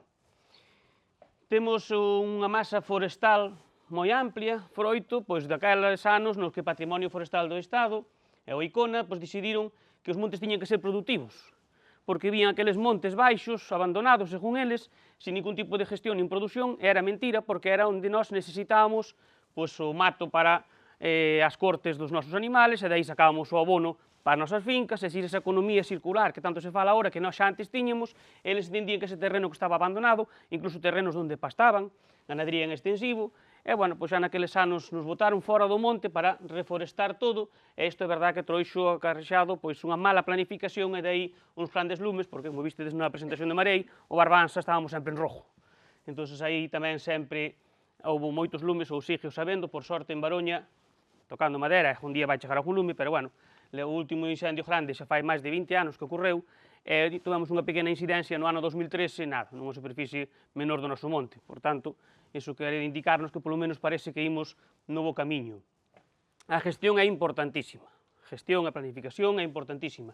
Neste caso estamos ordenando o que temos. Os plans de ordenación, que son a largo plazo, normalmente a 10 anos, o que fixemos neste xa é o terceiro plan de ordenación da nosa comunidade, é identificar o que temos, pero tamén planificar o futuro. E para iso temos proxectos que a Universidade de Vigo na que se fixo unha monitorización do que é o noso monte para ver que idoneidades de plantacións, de cultivos, pode ter eses espacios, esas zonas que temos no monte.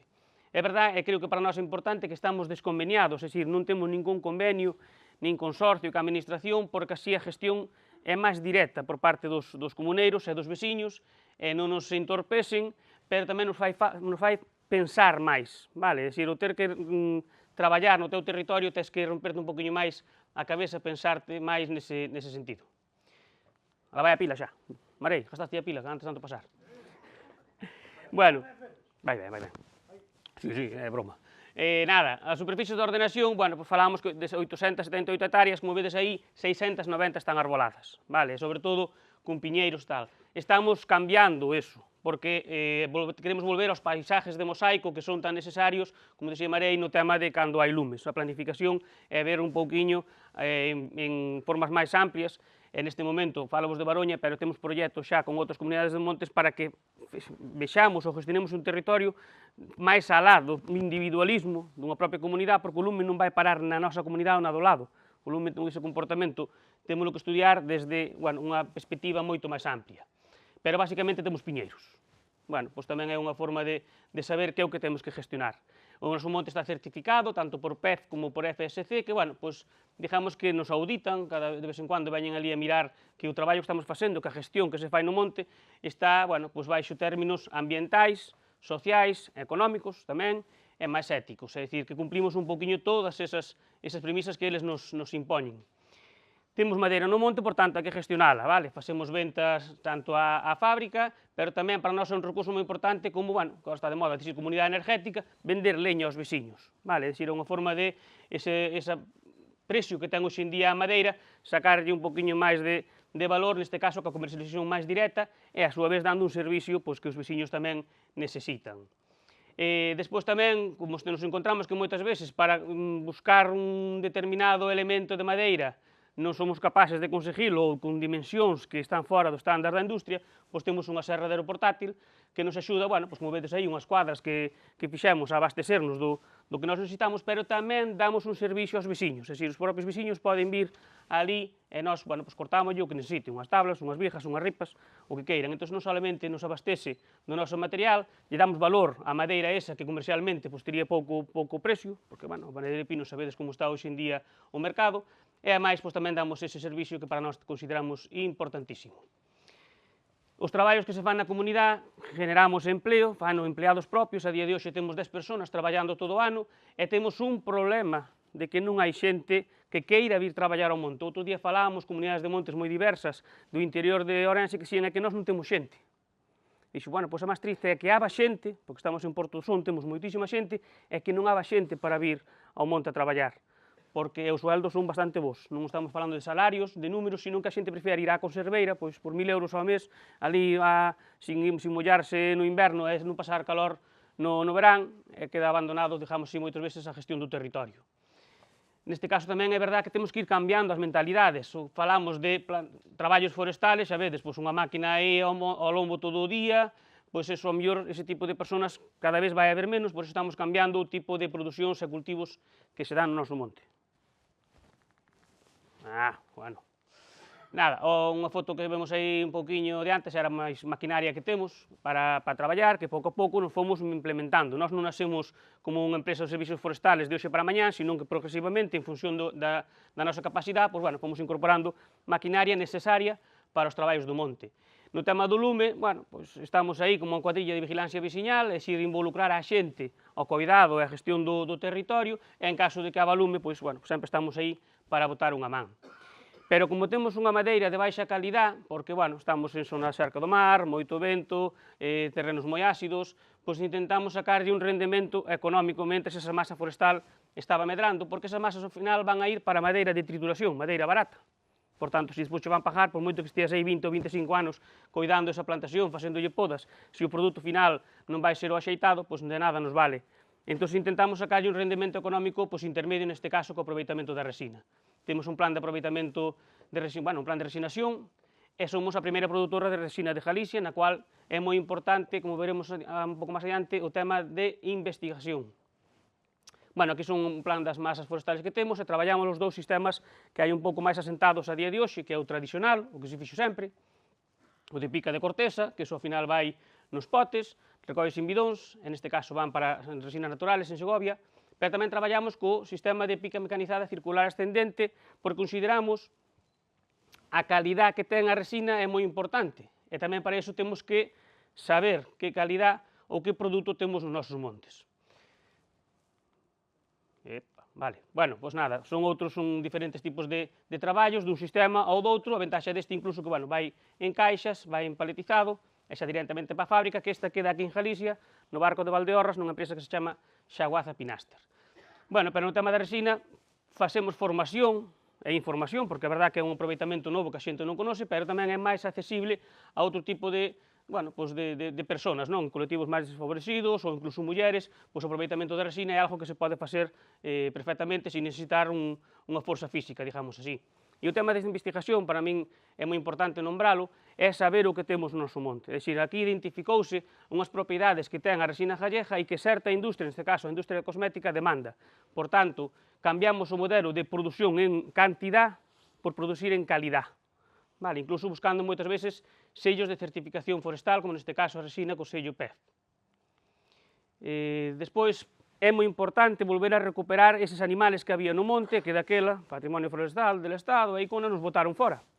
Entón, bueno, pois, asumimos que a importancia do gando no monte ten varias cuestións, simplemente, bueno, pois que gestionen a biomasa forestal, foi o noso primeiro punto cando introducimos animales, pero despois encontramos outras cousas, outros beneficios que nos aportaban. Neste caso, pois fertilizan os terrenos, isto tamén é importante, reducen o impacto que genera no suelo, sobre todo, estamos falando, en Baroña ten suelos moi pobres, entón, bueno, interesamos que os suelos sejam máis esponjosos, van a terrenos, pois incluso que non son mecanizables, que son de difícil acceso, e por último, producen unha carne de calidad. Iso é indiscutible, este tipo de ganadería.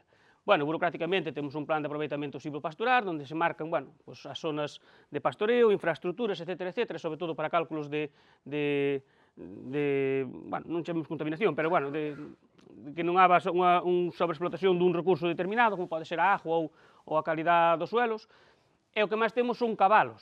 E diréis, por qué? Porque vos gustan? Tamén, pero é porque dominan moi ben o toxo. Vale, iso tamén tendes que analizar na vosa comunidade a hora de introducir animales que tipo de alimento llevades a aportar para non ter que andar levándolle piensos e insumos de fora, non? Entón, que non sería sostible como debería de ser o tipo de ganadería que xa había nos nosos montes.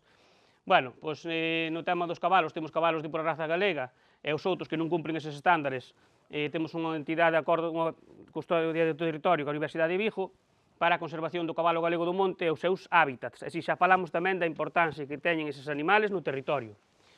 Despois, en outros sitios onde os animales non accedían ou había certas especies que era máis difícil de controlar, pois, bueno, lógicamente temos estas desbrozadoras naturales que son importantísimas, sobre todo para onde hai acacia, ou onde hai silvas, ou zonas onde son, como vedes aí, impracticables. Despois, xa por último, fomos introducindo pasteiros, fomos cambiando, facendo incluso zonas de discontinuidade entre as masas forestales, nas que fomos introducindo, pois, neste caso, vacas. Temos cachenas e vienesas, como vedes na foto, xa por último introducimos as ovellas porque aproveita un poquinho máis a altura da erva despois das vacas. Vale, o noso manejo, bueno, pois empezamos con peches físicos, que moitas veces son peches que se aproveitaban desas plantacións forestales que se iban facendo, pero, bueno, xa hoxe en día, por exemplo, as vacas están co vallado virtual e o tema das cabras e as ovellas, pois, movémolas con malla electrificada, que é moi fácil de mover ese terreno e, sobre todo, gestionas mellor unha determinada zona. Vale, este era un pouco uns pastizales que fixemos, neste caso, ca axuda da Xunta de Galicia, dentro do Plan de Pastos de Galicia, no que, como vedes, non solamente creamos alimento, comida, erva para os nosos animales, sino fijadevos que creamos unha discontinuidade entre as masas forestales moi importante en caso de incendio, non? Despois, bueno, somos un pouco gestores do territorio, máis alá da propia comunidade, e sementamos millo en fincas de veciños que están abandonadas e que non las deixan, e así non temos que comprar ningún aporte externo para os nosos animales, ou facendo alpacas no verán para que despois no inverno, cando faga falta, pois tamén terllo. Entón, digamos que é a forma tamén de ter estas agras así coidadas é que a xente non teña ganas de plantar eucaliptos. Por aí, de momento, ainda imos afando, sin menospreciar o eucalipto. O aproveitamento apícola para nós tamén é moi importante, non solamente pola polinización, polo labor que fan as abellas no monte, sino, bueno, pois pola calidad da mel que producimos, porque nós somos carroucheiros, de apodo nos chamamos de Baroña carroucheiros, é dicir, que temos carroucha. O Ericon velata, que é por ali polo noso monte, e que antes, bueno, pois utilizábase moito para os fornos dos señoritos, dicían os vellos, dos señoritos do son, e nós o que utilizamos agora é para producir un mel deste estilo.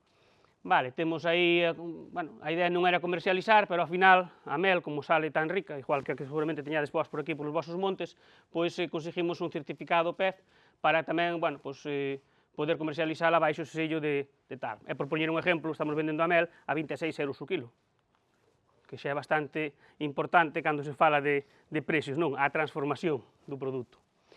O aproveitamento micolóxico, nós xa temos delimitado máis de 100 hectáreas de coto micolóxico en Baroña, no cual para entrar, bueno, hai veces que pon 10 euros temporada, agora non, hai que pagar 20 euros por temporada e a xente paga, no cual, bueno, pois se fai un regulamento do uso que se fai aí no monte. Tes o teu carné, no cual accedes a él, lógicamente hai que estar señalizado e todo, e a xente, bueno, pois está moi contento de pasar aí, ademais facemos todos os anos xornadas formativas e incluso xa no ano 2015 se fixeron micorrizados en masa de piñeiro de edad media para níscalo e boletos. Vale, naquelas zonas onde vimos que era un poquinho máis pobre a incidencia ou salida dese tipo de produto. Pero tamén, para comercializar, temos, bueno, pois unha produción de shiitake en tronco, unha pequena produción, ainda levamos 2 anos con ela, ainda é pequena, e estamos pensando, bueno, pois sobre todo neso, en poder transformar tamén este tipo de cogumelo, pois para darlle ese valor añadido. E ademais estamos intensificando, estamos cambiando, iso estudiouse un pouco, como vos dixía antes, o proxecto da universidade, de que sitios do monte se pode diversificar, moitos neles incluso xa obligados, porque as franjas que nos mandou a Xunta, onde non podemos ao redor das aldeas ter pinos, eucaliptos nin alcasias, no caso de Baroña son 12 hectáreas, que temos que ademais limpar todos os anos, antes do 31 de maio, pois o que fixemos foi cambiar eses usos, sacamos eses árboles, en uns temos, por exemplo, arándanos, noutros temos un bosque comestible, noutros plantamos nojeiras, castiñeiros, pensando xa un pouco tamén en madeira, pero en sí tamén en fruto, e todo iso levounos a que temos que ter un espacio para transformar, porque se temos mel, se temos carne, se temos castañas, se temos tal, que facemos con eso? Regalámolo, vendémolo barato. A economía tamén é unha das partes que vos dixemos antes que tamén ten que salir, non? Os números teñen que dar.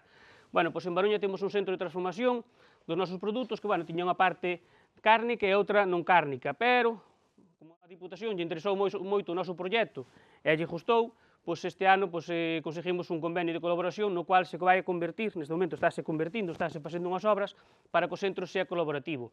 E vai se transformar a carne, porque nós entraríamos solamente en parte cárnica e a outra parte dos outros produtos iríamos a 20 km de distancia, que hai un centro de transformación vegetal, vale, para intentar pois non solaparnos uns cos outros, pois a nosa parte cárnica vai desde produto fresco, que pode ser, pois carne fresca, hamburguesas, chorizos, etc., a o que é produto elaborado, que xa sería un produto de cuarta, quinta gama, como lasañas, guisos, etc., vale, de cara a comercializar non solamente os animales, a carne da nosa comunidade, sino de calquera outro gandeiro.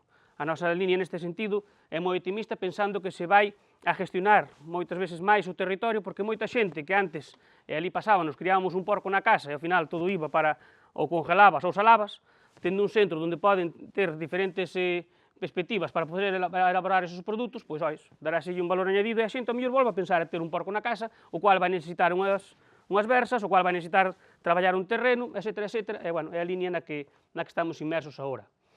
No tema da caza, pois como temos bastantes conflitos cos cazadores, non se querían adaptar un pouco ás nosas normativas sobre todo de protección ambiental e de conservación en certas zonas, pois o que fixemos foi separarnos, facer unha segregación do Tecor de Porto do Son e estamos constituindo neste momento unha explotación cinegética comercial para que a caza se gestione desde ámbitos non solamente económicos, sino tamén de conservación e incluso de recuperación de certas especies que xa sabía, como a lebre, e que, por facer unha caza así moi intensa, pois se acabou con ela.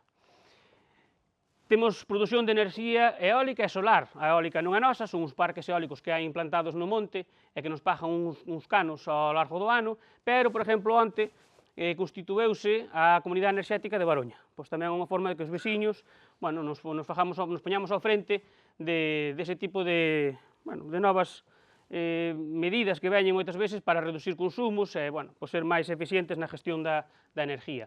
Pero seguramente vos pasen nos vosos montes a captación de agua é importantísima. A maioría ali en Baroña, en Porto do Son, as traídas son veciñales e nasen nos montes, e aquí supoño que pasará un pouco mismo, pois tamén é un recurso importantísimo, que chaman agora un servicio ecosistémico, pois importantísimo para os veciños, non solamente, para ter fontes polo monte para, se vas pasear, ter onde coller algo de agua, senón abastecerse todos os días os propios veciños, e cual a gestión a leva a Comunidade de Montes, e, por tanto, os veciños económicamente se ven beneficiados sin ter que asumir costes económicos. No caso tamén, temos tres parcelas de fixación de CO2 e incluso, un convenio de colaboración tamén certificado FSC para o tema de carbono e tamén o tema de biodiversidade. É dicir, esas cousas que a xente nos costa entender, eu vexo unha madeira, ou vexo un animal, sei que teño que podar o árbol, e o animal sei que teño que comer, porque despois, ao final, vou no matar, ou vou cortar ese árbol e vou ter uns ingresos. Pero se eu teño unha planta por aí, por exemplo, ou unha zona de interés bioambiental, con biodiversidade, que me genera cartos?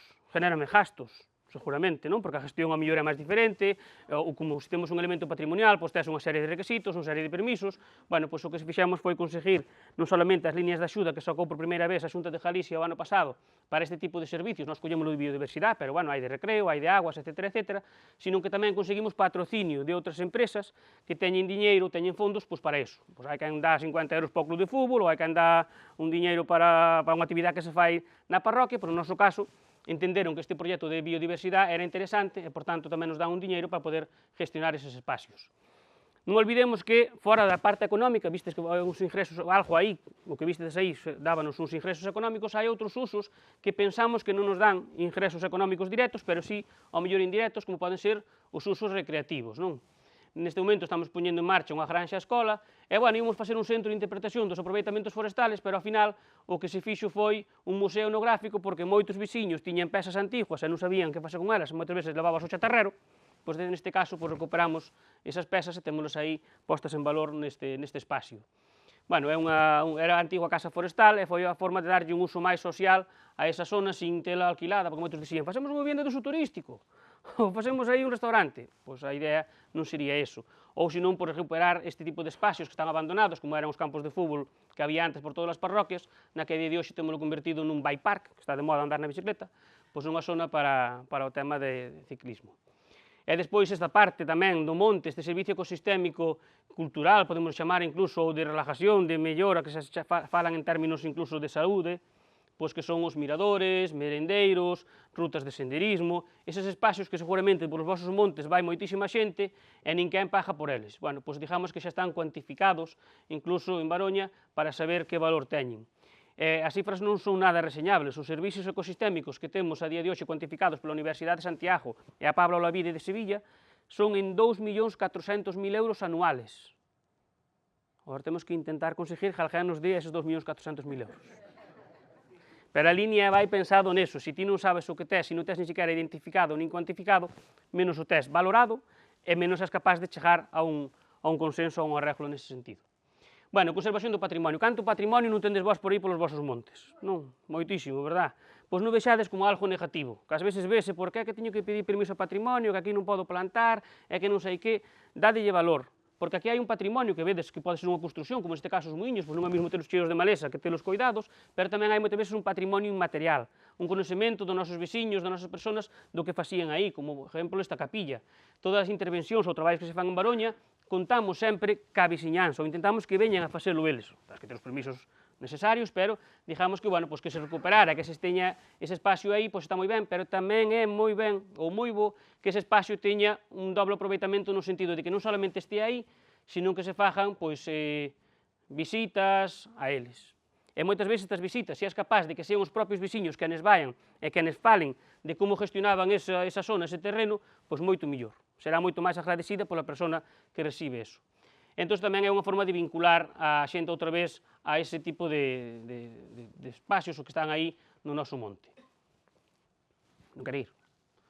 Vale, nada, tamén temos moito petroglifos, por tanto, pois facemos visitas guiadas, sobre todo nocturnos no verán, que teñen moitísimo éxito, e se paga. Os que veñen, os comuneros non, lógicamente é todo gratis, pero os de fora teñen que pagar. Vale, entón, bueno, pois que baixades que promocionamos moito sobre todo o tema do patrimonio, poñelo sempre en valor, é un recurso que nun futuro seguramente nos genere un ingreso económico, porque agora xa nos genera un ingreso pois social, vale? Non todo pode ser falado en términos económicos. Depois, bueno, facemos varios libros ao largo do ano, incluso, bueno, libros que falan sobre a historia da parroquia, ou proxectos audiovisuales nos que, neste caso, o Lavadoiro falamos, reconocemos as mulleres o traballo que tiñan no seu día a día, cando tiñen que ir lavar a roupa, como algo imprescindible e necesario todos os días, ou outros que son mulleres que coidan, que é un proxecto que fala sobre os coidados, sobre todo das mulleres, que parece que xa está estipulado desde que nacedes para coidar, e non é así, hai que agradecervolo polo menos. E despois un montón de proxectos, isto xa vou pasar así un poquinho máis rápido, onde o que ides a ver sempre é un patrimonio determinado, un muiño, unha fonte, un que sea, ides ver a nenos, pero tamén ides ver a persoas maiores.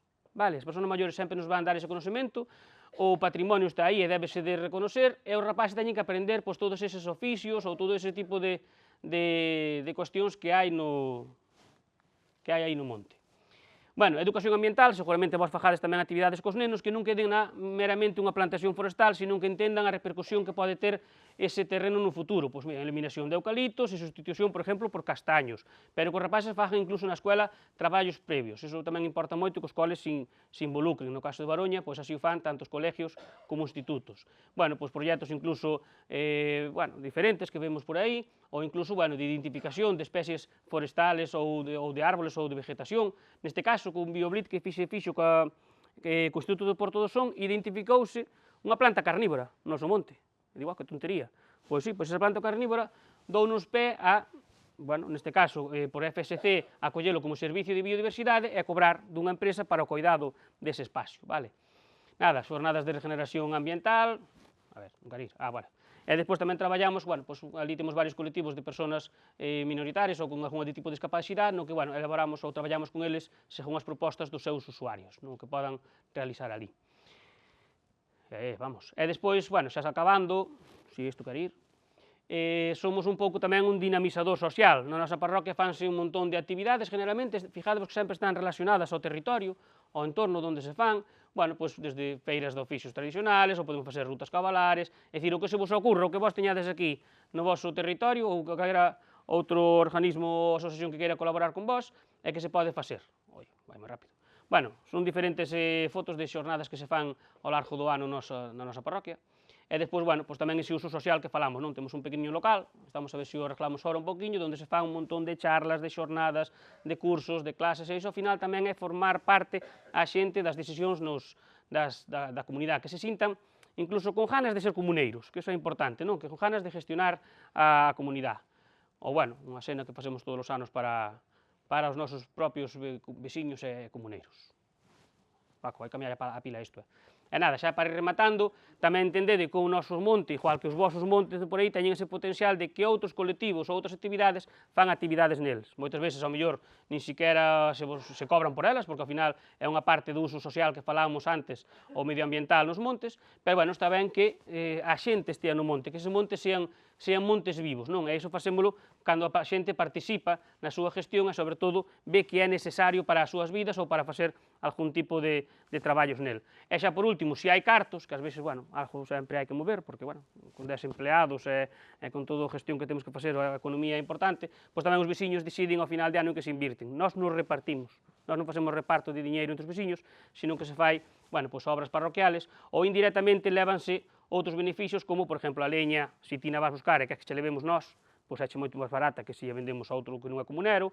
Calquera actividade que se fai na comunidade, os comuneros sempre é gratis, os outros, lógicamente, tendes que aportar algo, pois o coto micolóxico, pois o mismo, os comuneros non pagan, os que veñen de fora teñen que pagar. Digamos que ao final de ano cuantificouse e levan moito máis ingresos do que sería un reparto económico en sí. E creo que non isto nada máis, creo que é a última, invítevos a que veñades a Baroña.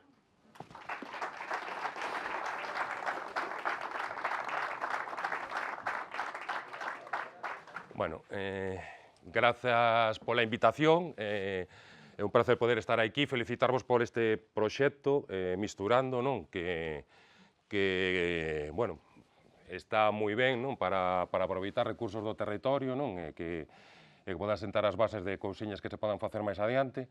Está sendo unha montaña rusa, un pouco de emocións no senso de pesimismo, optimismo, non? Pois optimismo ver a comunidade de Montes de Baroña como é unha envexa, non? Non poder ter cerca, preto de nós, comunidades de montes que estén funcionando desa maneira, non? Con esas iniciativas. O tema dos montes que comentaba, dos lumes que comentaba Marei, que vos vou dicir? Veño dunha zona que quedou completamente arrasada, donde se perdeu un patrimonio que non volverá a vir nunca máis. Perderon olivos centenarios, enciñeiras, soutos, sobreiras inmensas, non?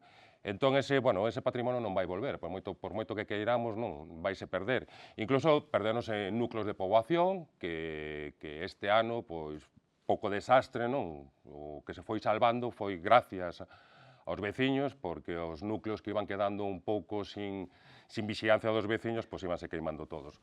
Vou vos poñer por detrás, non trouxe nada preparado, anduven tamén un pouco, a verdad que enfermo esta semana, terminamos ca campaña da aceituna a semana pasada, vades ter unhas imaxes por detrás miña aí de como, bueno, pois de distintas fases do que é o tema todo do olivo e do aceite, tanto de olivares como do que é a propia almazara, donde facemos a extracción.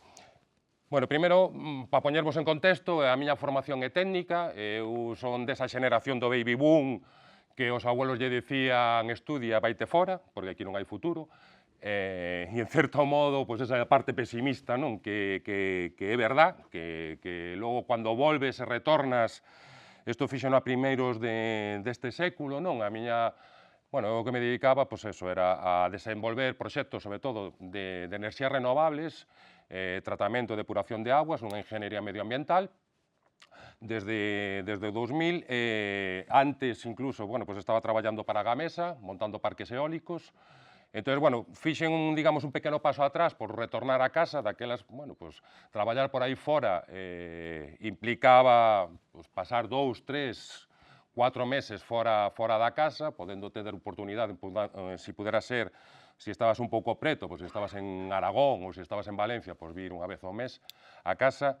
Cando eres novo, bueno, gustaches a vida, vas conocendo cousas, pero cando vas collendo unha edad, pois vas pensando e se queres formar unha familia, bueno, pois que eres un pai ausente e que queres retornar, non? Eso levoume a empezar con un amigo que daquelas empezaba unha enxeñería medioambiental de renovables en Cantabria, a iniciarnos con el e a presentar o primeiro proxecto que xestionei de cara a un GDR no ano 2004, que foi montar unha delegación desta enxeñería de Teicán en Quiroga. Foi vanguardista no seu momento, porque foi a primeira, digamos, a nivel Galicia, oficina demostrativa de como funcionaban as enerxías renovables. Teñamos unha instalación solar térmica con unha caldera de biomasa que calentaba un chan radiante que tiñamos nas oficinas, unha instalación fotovoltaica que xeraba electricidade, éramos autosuficientes, non? Bueno, pois era un exemplo de, digamos, de facer algo no rural, non? De que a xente vira que podíamos facer algo. Entonces, estábamos montando nun puebliño que eu era o único veciño, a verdad, porque destos núcleos poblacionais que, como vos estou dicindo, xa están quedando abandonados, montamos estas oficinas e desde ali, para que vexades, en 2004 estamos falando de que todavía internet, o que había era BlackBerry, que empezaban as BlackBerry cos temas dos correos electrónicos. Con un correo electrónico, desde ali xestionábamos todos os Corte Inglés de España, porque éramos a enxeñería que facía todos os temas de enerxías renovables para o Corte Inglés. Entón, bueno, que podían facerse xa cousiñas no rural, foi esa primeira actuación, o primer proxecto que dirixín eu de cara ao GDR, para presentar a memoria, para facer todas estas cousiñas. En 2009, ampliamos e fixemos unha nave Leopolígono, sería o seguinte proxecto, e a crisis neste sector chegou un poquinho máis tarde, non chegou no 2008, 2009, chegou 2010, 2011, cando chegou, bueno, o famoso veciño de aquí de Pontevedra, co decretazo ás enerxías renovables e que arruinou a montós de familias naquel momento. Entón, bueno, aí houve un parón, nos un pouco pensando en poder facer algunha cousiña máis e un pouco volvendo a mirar para o que era o sector primario, xa que a comarca de Quiroga, para poñervos en situación, somos un val privilexiado, onde temos un microclima mediterráneo, onde ali se dan desde as cerdeiras hasta os kibis, abanico de todas as froitas que se vos podan ocurrir. Estamos marcando sempre as máximas, se vedes agora que Ourense marca moitas veces as máximas en España, nós andamos nas mesmas temperaturas, para que vos fagades a idea, un val de 200 que está a 230 e pico metros sobre o nivel do mar, rodeado, moi ben protegido ao norte pola Serra do Caurel, ao sur por todo o que é un macizo central de Manzaneda, e que despois, bueno, o cañón do Sil ábrese no que é o val de Quiroga, na confluencia este-oeste. Unha diversidade de chans brutal, de feito somos un xeoparque hoxe en día, porque, bueno, sabedes que cando se formou Panxea, formouse unha dobla, e ali podes verse perfectamente o que é toda esa dobla. E, de feito, digamos que os chans que temos ali están todos revoltos. O sea, tú podes ter unha parcela aquí de arcilla, 30 metros máis adiante, zona de pizarra, distintas orientacións. Entón, bueno, é un escenario moi bo porque é o sector primario. Que pasa? Que viviu de espaldas a él por mor das pizarreiras. Ali, o gran revulsivo económico foron as canteiras de pizarra. Para que vos fagades a idea, con 16 anos moitos compañeiros meus deixaban de estudiar, íbanse pas canteiras e eran os reyes do mambo. Ganábanse 220.000 pesetas daquelas, en 6 meses comprabas un coche, un ano e pico estabas invertindo xa nunha casa, non? Entón, bueno, o que foi todo ese sector primario que tiñamos de atrás, ali, bueno, todos na casa facíamos viño, matabas un marrao, había unha ovella, a ganadería non tanto, pero sempre era complementaria, digamos, do que era o sector agrícola. Pero, bueno, foi quedando un pouco de residual, porque a xente o que se tirou foi as canteiras, e o outro foi quedando un pouquiño así, medio abandonado, pequenas familias, bueno, iban facendo algunhas cousiñas, pero non profesionalmente. A partir un pouco da crisis esta do 2008, que foi cando cerraron as canteiras, digamos que a xente empezou un pouco a retomar e a mirar un pouco por o que era o sector primario, e de feito, bueno, o que é o Concello de Quiroga xunto con Ribas do Sil, ese vale o maior produtor de uva hoxe en día de todo o que é a denominación de orixe en Ribeira Sacra, e donde, bueno, tamén tiñamos un patrimonio que era o olivar, era algo que sempre había ali, todas as parroquias teñen un muiño onde se facía aceite, e era outro sector, bueno, que estaba aí latente, pero que levábase un poquinho daquela maneira, non? Entonces, Nos en 2012 presentamos un proxecto tamén, que sería o terceiro proxecto que presentamos ao GDR, para montar unha adega. Empezamos por unha adega, éramos 3 socios, había un compañeiro que era do pueblo, que estaba explotando xa algún viñedo, e decidimos con un modelo de alquiler, por este problema que hai de relevo xeracional no rural, bueno, pois non comprar, sino simplemente alquilar a xente maior que estaba desfacéndose ou estaba deixando abandonadas os viñedos, nos recollelos, no caso de que fora necesario reconvertilos, volvelos a plantar, no caso que se puderan seguir explotando, seguirlos explotando, e así arrancamos en 2013 con unha adega de viños na zona de Quiroga. Un dos socios bueno, que estaba na adega, que era o que estaba levando os viñedos, po cual un pouco se había creado, digamos, este proxecto. A miña labor aquí era de desenvolver este proxecto, presentalo ao GDR, leválo adiante para leválo a cabo, non? E un pouco, bueno, despois iba a quedar unha xente traballando aí. Bueno, pois este socio estaba metido tamén nunha cooperativa con outros 2 amigos, unha cooperativa de aceite. Eran 3, os 3 tiñan produción de olivos, non? E querían montar unha cooperativa, de feito tiñan o proxecto presentado ao GDR, pero, bueno, non o daban sacado pa diante. Entón, tivemos unha reunión e decidimos, bueno, pues, cambiar ese modelo cooperativo que tiñan, porque Lar de Ricobao, que era a bodega que acabábamos de montar, non tiña olivar. Entón, bueno, decidimos cambiar o modelo, faise unha sociedade limitada, cámbiase o nombre, que era Ouro do Val, aquela cooperativa, cámbiase o nombre porque non podemos poñerse o mesmo nombre, poñemos Ouro de Quiroga, e creamos unha empresa. Unha empresa un pouco para explotar eses recursos que tiñan 2, 3 dos socios, non? Que eran esos olivos, non? O meu coñecemento naqueles tempos do tema do olivo é que, bueno, pues, en todas as casas tiñamos aceite en pequenas cantidades, o sea, o aceite era máis ben para uso medicinal, sobre todo en unas casas que non tiñamos grandes producións. A abuela, eu recordo que sempre había unhos tarros ali na cociña que unos eran incluso po tema, levaban ervas e demais, era po tema da piel, outros incluso para que se che doían os oídos, non? O aceite, para que vos fagades unha idea, o aceite que se facía polo método de extracción antiguo, bueno, que era de prensado, non? Nestos muiños con capachos de esparto, pois era un aceite que hoxe en día levaría a categoría de lampante, o sea, era un aceite que sinceramente, se lle botabas unha ensalada estropeábala, como moito podía valerche pa unhos grelos, que era unha verdura fuerte, non? Sobre todo os grelos de antes, que eran máis amargos, bueno, pois aí podías, digamos, que un pouco tragar ese aceite. Entón, bueno, ese era un pouco o coñecemento cando foi que en 2014 arrancamos co proxecto, presentamos tamén ao líder o GDR, este novo proxecto, e facemos a almazara, non?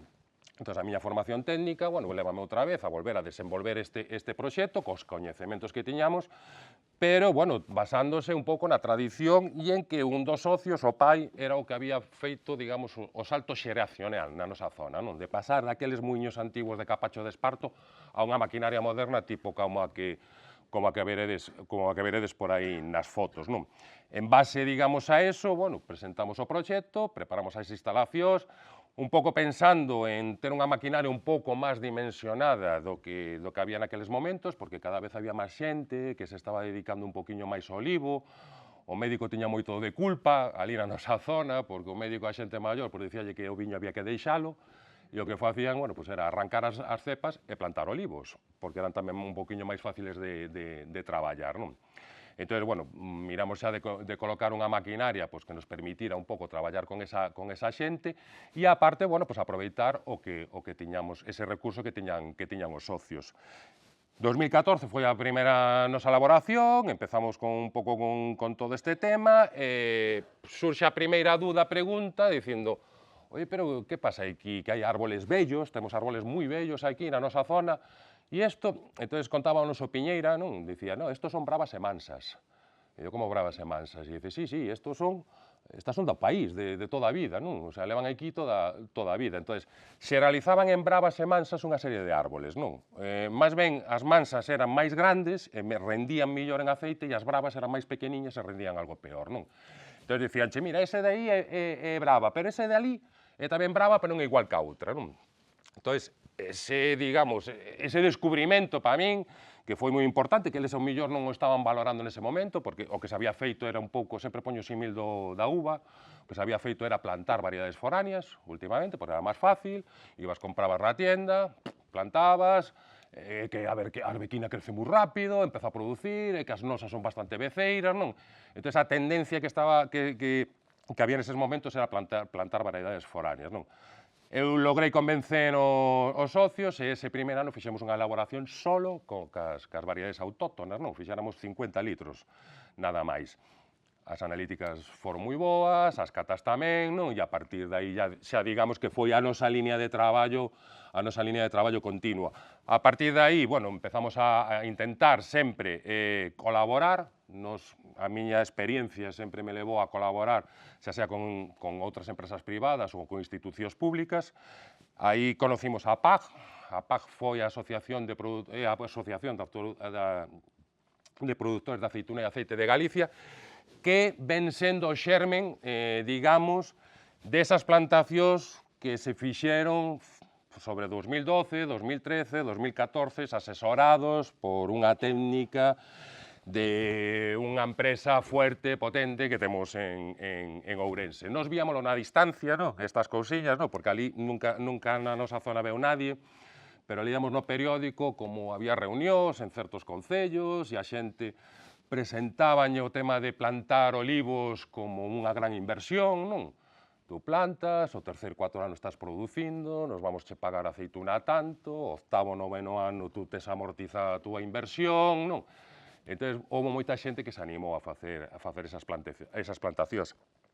Esas plantacións, claro, mal asesorados, porque meteus un modelo de plantación que era a arbequina en superintensivo.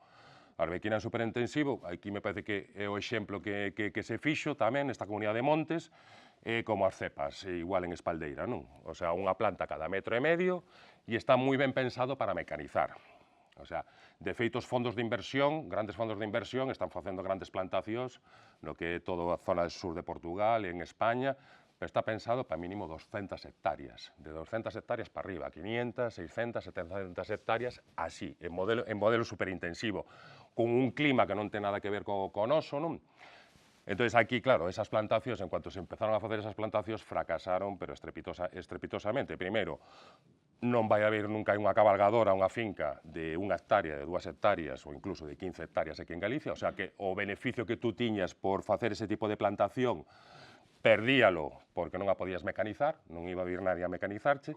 Despois, o de plantar en superintensivo, estamos falando de que poñemos os árboles moi pegados e aquí temos un clima que non é o de Castela, non? Entón, fungos, problemas continuos con digamos, de sanidade vegetal dos propios árboles, e logo, bueno, crecemento incluso, non? O desenvolvemento deste tipo de árboles aquí con o noso clima, pois intenden a sacar moitísima máis madeira, non? Casualidades da vida, un compañeiro de estudios fixo unha plantación desta, empezamos volvernos a topar, el contame un pouco o que había pasado con todo este tema das plantacións, eles habían creado unha asociación, nos empezamos a colaborar con eles, e a raíz de empezar a colaborar con a PAG, conseguimos que Juana de Vega financiara un proxecto para a caracterización das variedades autóctonas, non? Fixos a través da PAG, aí está metida a Misión Biológica de Pontevedra, o Departamento do CSIC, de viña, rosa e olivo, e hoxe por hoxe, xa podemos estar falando de 11 variedades autóctonas, incluída a brava galega e a mansa galega, que sería unha desas bravas e unha desas mansas que vos comentaba eu antes, donde, bueno, o resto de variedades en este momento acabanlle de poñer nombres, non fai moito, Carmeliña, Susiña, Maruxiña, Santiaguiña, non? Entón, bueno, nestes momentos estánse trasladando esas variedades aos viveiros, algunhas delas, para que a xente, bueno, os viveiros empecen a reproducilas e que a xente poda apostar por as variedades autóctonas, porque creemos, ademais, que ese é o único, digamos, recorrido ou futuro que pode ter o sector do olivar en Galicia. Apostar por variedades foráneas donde se están facendo aceites de arbequina alucinantes en Cataluña, en Aragón, en Andalucía, en todos os lados, con grandes volúmenes, Nos intentar competir con todo eso, pois creemos que non ten moito sentido. De feito, moitas destas plantacións xa están abandonadas, ou pasou, pois, no caso como esta de aquí da Comunidade de Montes, que pasou moito tempo abandonada, algunhas xa se foron arrancando, algunhas foron cambiando, foron evolucionando, foron pasando de superintensivo a intensivo, e incluso algunhas agora, des que estaban en intensivo, como os árboles xa creceron bastante, pois a xente está cambiando, arrancando, porque permite bastante ben o trasplante. A oliveira, bueno, pois estáse arrancando e poñendo noutro tipo de finca. Entonces, un pouco o modelo, non, que poda haber aquí no sector do olivo, o recorrido que poda levar, vai ser sempre ir a calidad e as variedades autóctonas que nos podan diferenciar, non? Todo que sexa apostar por cousiñas que escapen un pouco desa singularidade nosa, pois creo que están condenados un poquinho ao fracaso. Podemos complementar, de feito, nos, por exemplo, temos unha línea plurivarietal, aí salen 2 líneas de aceite, unha sola de autóctonas e outra con as variedades foráneas, que, bueno, se vai comercializando, non? Pero que apostar por cantidad e por variedades foráneas, pois estamos vendo xa o que está pasando hoxe por hoxe no tema do viño, xa con variedades propias nosas, non? Donde está empezando, bueno, pues a haber unha crisis bastante profunda. Entonces, co tema do olivo, o que é, digamos, abordar este tema de plantacións e seguir por ese camiño, pois non creemos que, bueno, que poda levar a bon camiño, non? Entón, isto é un pouco o noso proxecto, non? O sea, como arrancamos, cual foi un pouco a idea, non? E como se vai desenvolvendo. Todo foi así un pouco sobre a marcha, non? Como vos estaba comentando, o sea, aproveitar un pouco que era o valor que tiñamos ali. No tema do olivar, o que facemos é un pouco o mesmo que fixemos co tema do viñedo. Nos o que facemos non temos parcelas, non compramos, non adquirimos terras, senón que recuperamos pois eso, parcelas que estaban quedando abandonadas. De feito, en algunhas imaxes por aí veredes, bueno, pois o que íbamos facendo eran bosques onde as cerdeiras bravas ou incluso os pinos estaban máis altos cos olivos, desbrozábamos todas esas parcelas. Temos un viveiro desde fai tempo onde nós tiñamos marcados unha serie de árboles para traballar cas variedades autóctonas que nos vai reproducindo e vamos replantando en todas esas parcelas, non? Entón, bueno, eso por non enrollarme xa máis, non, contarvos, facer unhas pinceladas en xeral, porque tamén non vamos moi ben de tempo, sería o que é Ouro de Quiroga, hacia onde vamos, onde estamos, como facemos as cousas. Cualquier cousiña que me querades preguntar, pois creo que vai ser casi máis productivo que eu siga soltando por aquí cousiñas.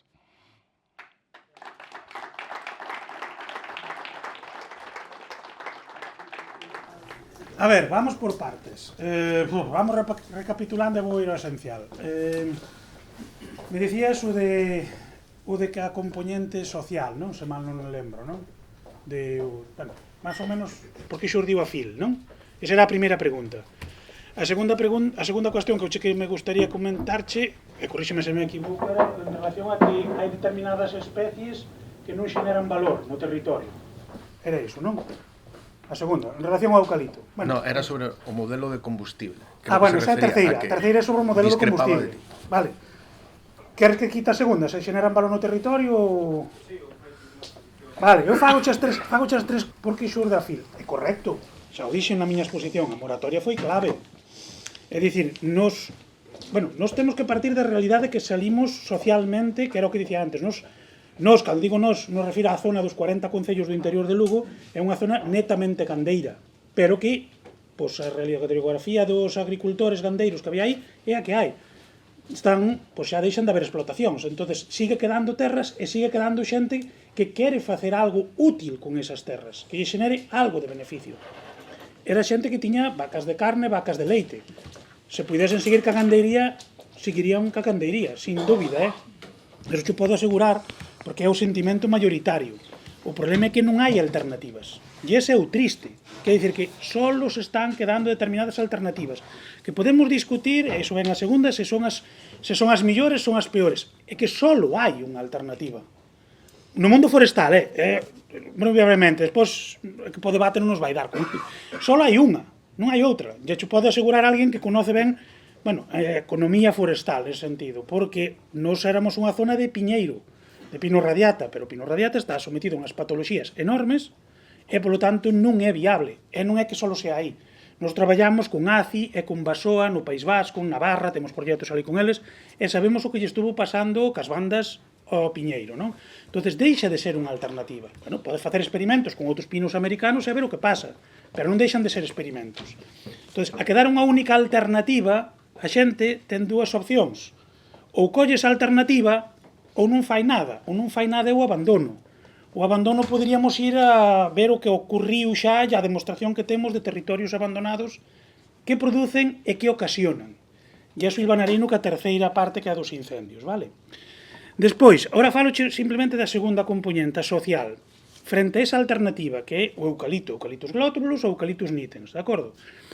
Claro, nós podemos dicir, bueno, eso, por que a xente, por que esa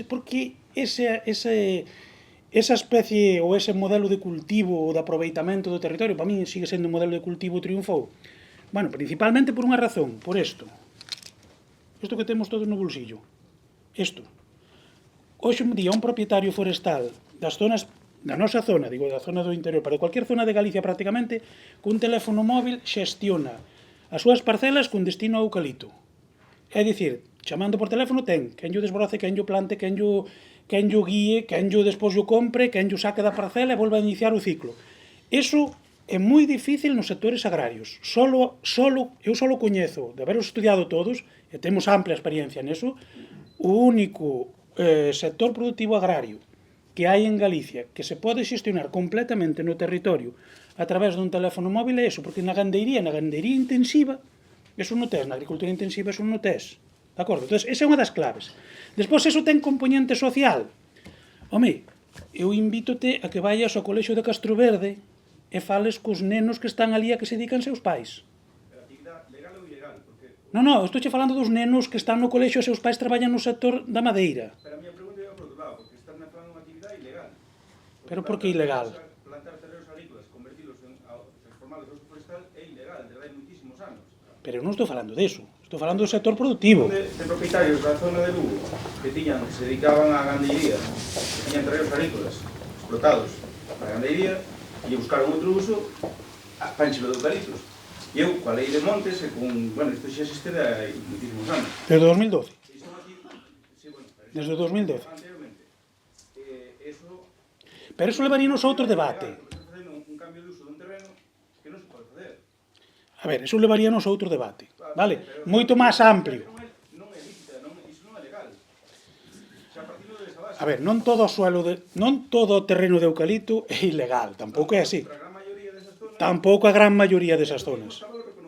No, tampouco a gran maioría. Hai un territorio, a ver, e aí vámoslo centrar porque senón monopolizámoslo, e iso pode ser. O que vou pedir é que o debate este ten que ser construtivo. Además, claro. A mirada que queremos pôr nesta mesa de debate é mirarnos o ombligo. Non mirar o que fan os demais, sino mirar o que podemos facer nós. Aquí hai dous claros exemplos de boas prácticas e de éxito. O vídeo acaba de falar, e o vídeo ten os mesmos problemas co eucalipto que tes ti, que eu, que temos todos. Casi nada, bueno, non ten casi nada porque impediu facerlo, vale? Pero quero dicir, eu pretendo, ou nós pretendemos que esta mesa de debate sea constructiva no sentido de que, máis alá de criticar o que é criticable, porque non vamos a resolver nada prácticamente, de que maneira nós, como propietarios, e decíamos no vídeo de presentación, como propietarios, como xestores de terreno e como administración podemos facer cousas. Entón, a mesa de debate deberíamos de dirixila para aí, para que resulte un pouco... Pero que por eso quero leválo solamente un minuto. Por eso quero centrar, non pode ser un debate, porque se entramos nun debate, tú non te vas a convencer. Eu teño argumentos, pero levaríame cachos, pero tampouco te iba a convencer, o sea, aunque te poña os argumentos. A cuestión é que cando alguén dice que non ten unha componente social, eu sempre digo o mismo. Invítote a que vayas ao colexio de Castroverde, ao colexio de Baralla, ao colexio de Nadela, onde estudiou a miña filla, e fales cos nenos que hai ali a que se dedican seus pais. E seus pais, moitos deles, que teñen apellidos rumanos, peruanos, eslavos, marroquís, seus pais están traballando no monte. Están traballando no monte. Bueno, se ese indicador non vale, pois tampouco non sei que máis indicadores che pode poñer, é dicir, se eso non é unha repercusión social no mundo rural, bueno, pois xa é outra cousa, entón xa falaríamos de outra cousa. Depois o que tema dos incendios, eso xa é o final. A ver, nos traballamos con millóns de datos, millóns de datos. Vouche sacar, tampouco che vou entrar en toda a derivada, pero concretamente, donde hai incendios reiterados non hai ningún arbolado. É dicir, isto entendémoslo todos, é incompatible a superficie forestal arbolada cos incendios reiterados, vale? Porque lóxicamente arde, entonces non hai. Terás matorralo, terás herbáceas, pero non vas a ter ningún tipo de formación forestal. Segundo, non me creas a min, cree a xente que máis ten traballado, e puxen de manifesto, pois Castelnou, que é o que máis ten publicado sobre isto, a xente do GRAD, ou a xente toda que está traballando aí.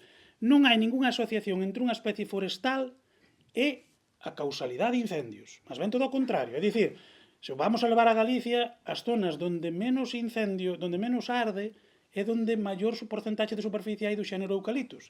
E a zona donde máis arde, bueno, tú non o creas, esas son as estadísticas, tú... É igual, se tampouco vamos a entrar a eso. E segundo, o comportamento do lume non está basado na especie, está basado na cantidade de vegetación que hai aí. Hai unha cousa que se chaman os graphic charts, a intensidade do lume, e eso está asociado á masa vegetal que existe aí, independentemente de cal sea o xénero botánico que pertenece a esa masa vegetal. É dicir, hai unha línea que corta eso que son as 30 toneladas por hectárea, donde é cando os incendios empezan a ser dificilmente extinguibles ou están fora da capacidade de extinción. Eso, a ver, eso falan os canadienses, falan os americanos que non teñen eucalipto, pero é así, de acordo? Entón, esa é a realidade, de acordo? Esa é a realidade.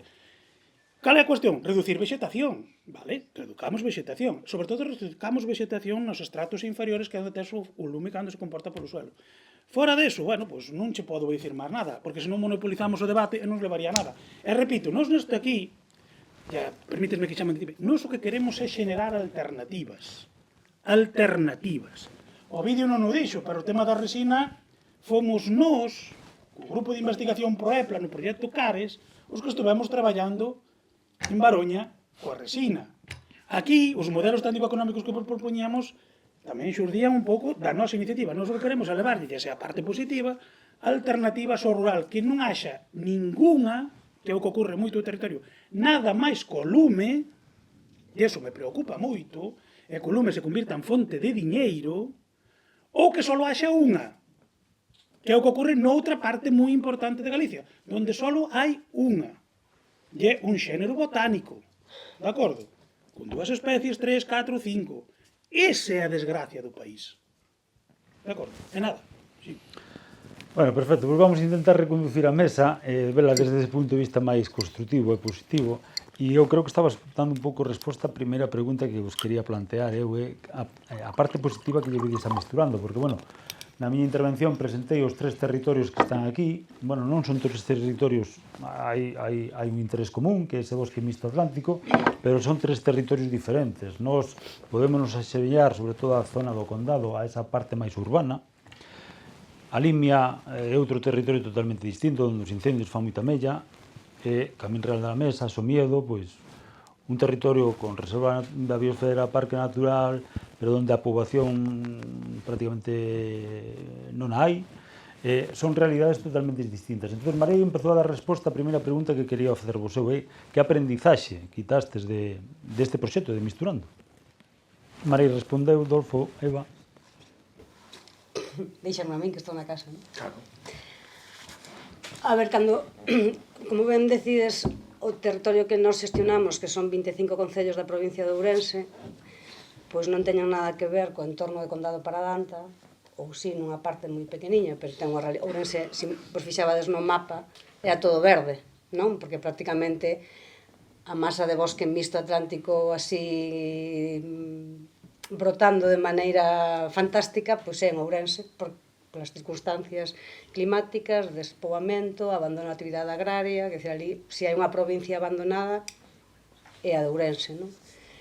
Entón, probablemente, onde máis bosque mixto atlántico haxa dos 3 territorios, é no meu, porque dende Maceda ata Lobios, pois todo o que nos rodea, a excepción da Limia, que é unha comarca con actividade agrícola potente, pois todo iso é bosque mixto, non? Entón, cando empezamos, eu teño así un amor por esa paisaxe, empezamos con este proxecto polo bosque mixto por esa realidade, non? Pero eu que aprendín de verdade no misturando, para o que me valeu, ademais de desenvolver os modelos que desenvolvemos cada un, eu levei en 4 concellos, entre Imolobios, Lobeira e Muiños, pero a verdade é que para min a aprendizaxe é o que temos que seguir facendo e, sobre todo, o traballo que temos que seguir facendo coas comunidades de montes. Non? Ao final, eu non sei xusto o dato, pero as comunidades de montes en Ourense manexan unha parte moi importante do territorio. A mellor podemos dicir que 2/3 da provincia é superficie comunal. E a realidade poboacional deses concellos é que a xente que queda a vivir ali, pois se a media dos agricultores é de 60, probablemente dos comuneiros sexa de 70 ou de 80. Entón, vendo nunha perspectiva a moi curto prazo, en Ourense, na maioría das comunidades de monte, a 10 anos non hai veciños que xestionen esas comunidades. Entón, temos un problema de alto nivel que eu creo que non se está valorando nin analizando nin socialmente nin políticamente. En 10 anos, quen vai xestionar 2/3 da provincia de Ourense? Para min esa é a aprendizaxe. A aprendizaxe é darme conta de que creo que dende o Grupo de Desenvolvemento Rural, dende os propios concellos, se pudese a Deputación, a propia Xunta, ou se pode ser o Estado, que alguén ten que de verdade pararse e dicir, bueno, como vamos a xestionar este territorio? Como vamos a planificar? Que é o que temos que facer para que despois non pase o que pasou este ano, que vai volver a pasar? Totalmente. Teño que dicir que neses 25 concellos non ardeu este ano, bueno, si en Maceda, perdón, que ardeu moito en Maceda, pero a Baixa Limia, o Parque Natural, non ardeu de casualidade, pero foi circunstancias sobrehumanas, é dicir, estábamos ali todos, de feito nos en misturando paramos de desbrozar, paramos de traballar, porque dixemos, o que nos facía falta agora é que ainda por riba iniciáramos nos un incendio no propio comunicamos a Fundación Vídeos de Aixa, nos mentres non baixo o risco alto, nos non traballamos. Entón, que alguén pense en como xestionar o territorio a un curto plazo, pero moi curto. Non estamos falando a 20 anos, estamos falando a 5, a 6, a 7. Dolfo, e a realidade en Asturias? Bueno, hoxe igual falo en asturiano, vale? Deixamos, me entendéis perfectamente, e un galego oriental, así que... A ver, y yo, más que aprendizaje, al final foi casi la constatación de alguna cosa que yo ya me parecía que iba a pasar así. La primera que un proyecto de este estilo, pues evidentemente tratar con la Fundación Biodiversidad, menos mal que vino Boris y que están la universidad tratando con ellos, pero que es complicado, hay una parte administrativa detrás de todo esto que es muy complicada y que nos van a seguir dando guerra de aquí para adelante estos meses. Después, la constatación, que yo tenía lo clarísimo, que iba a ser complicado tener a xente para traballar, ya no voy a insistir más, ya salió bastantes veces en esta mesa el tema, y así fue. Los asturianos de unas décadas deben ser más potentes, porque ahora mismo la verdad que no tienes con quién contar.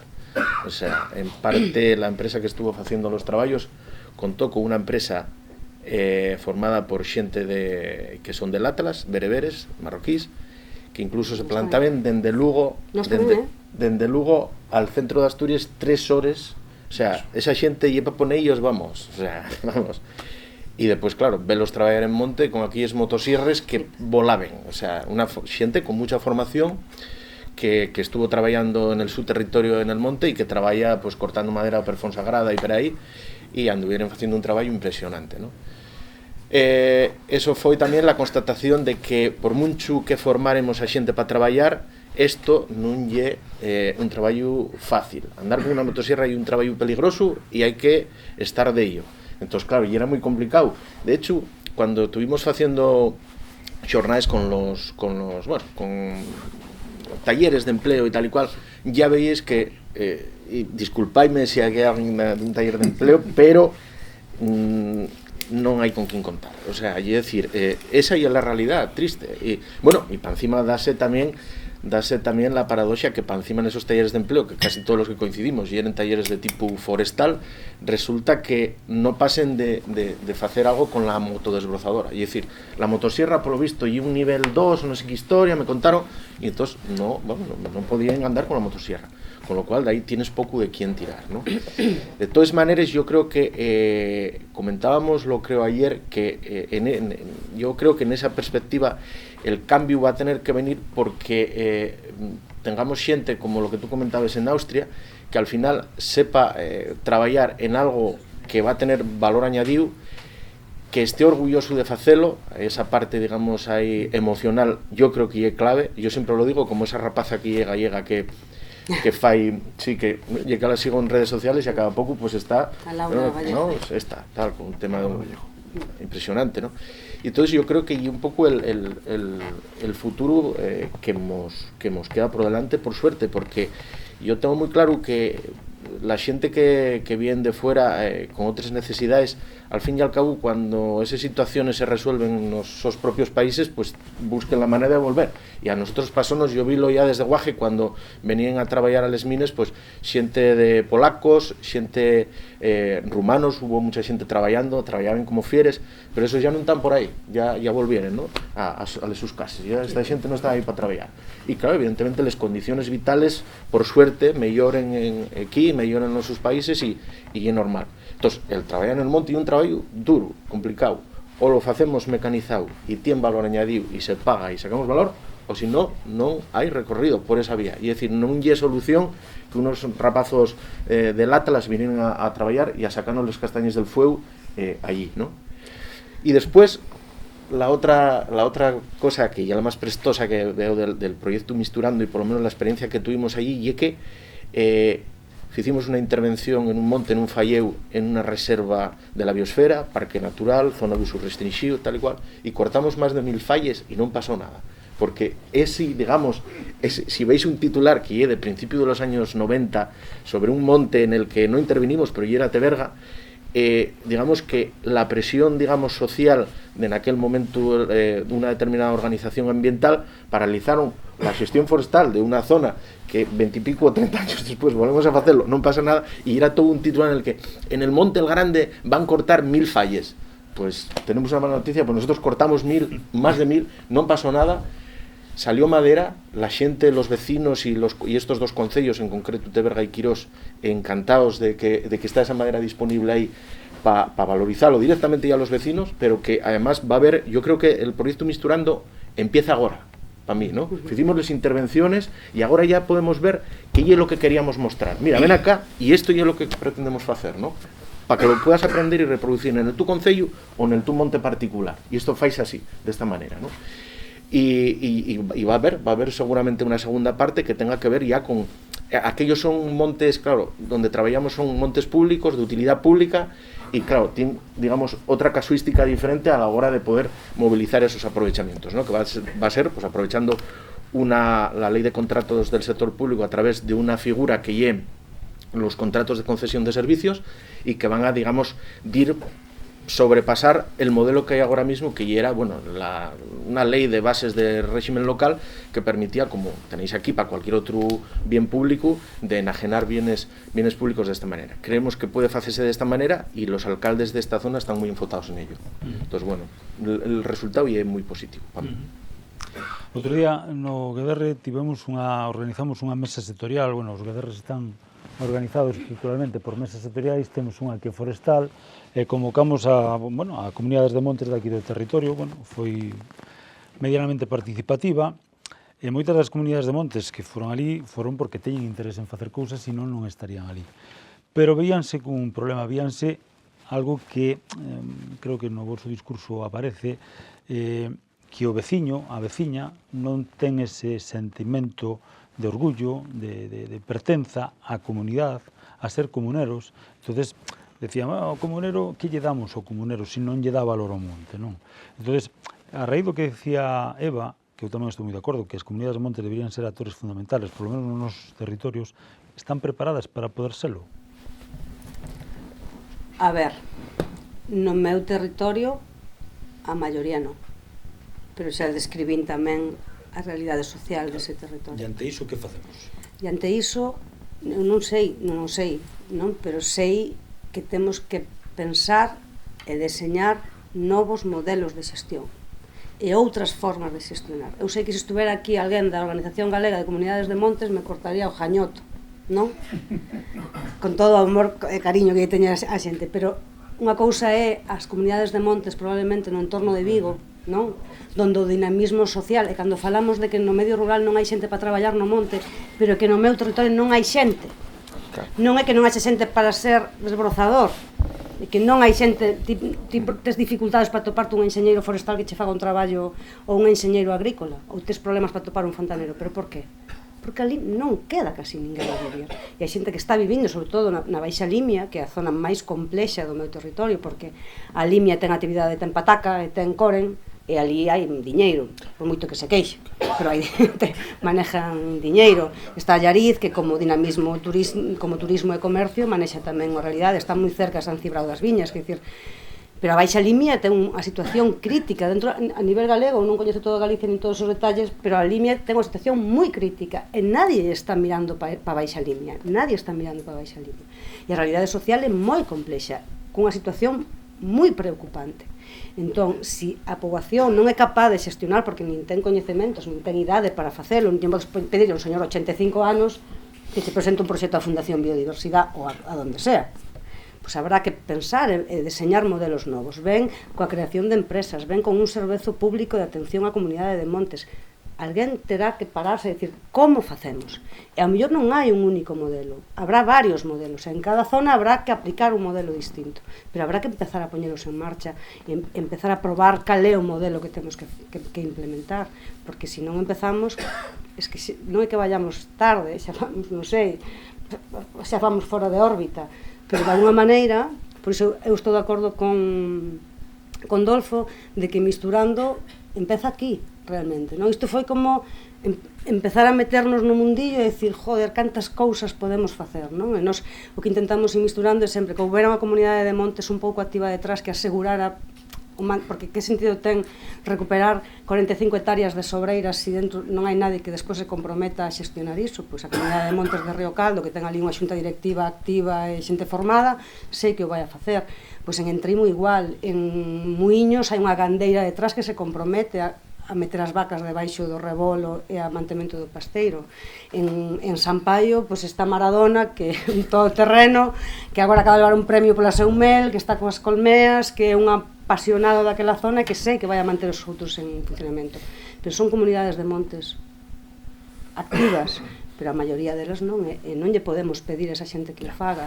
Temos que buscar o modelo entre a universidade, os grupos de desenvolvemento, os concellos, as deputacións, a xunta. É así.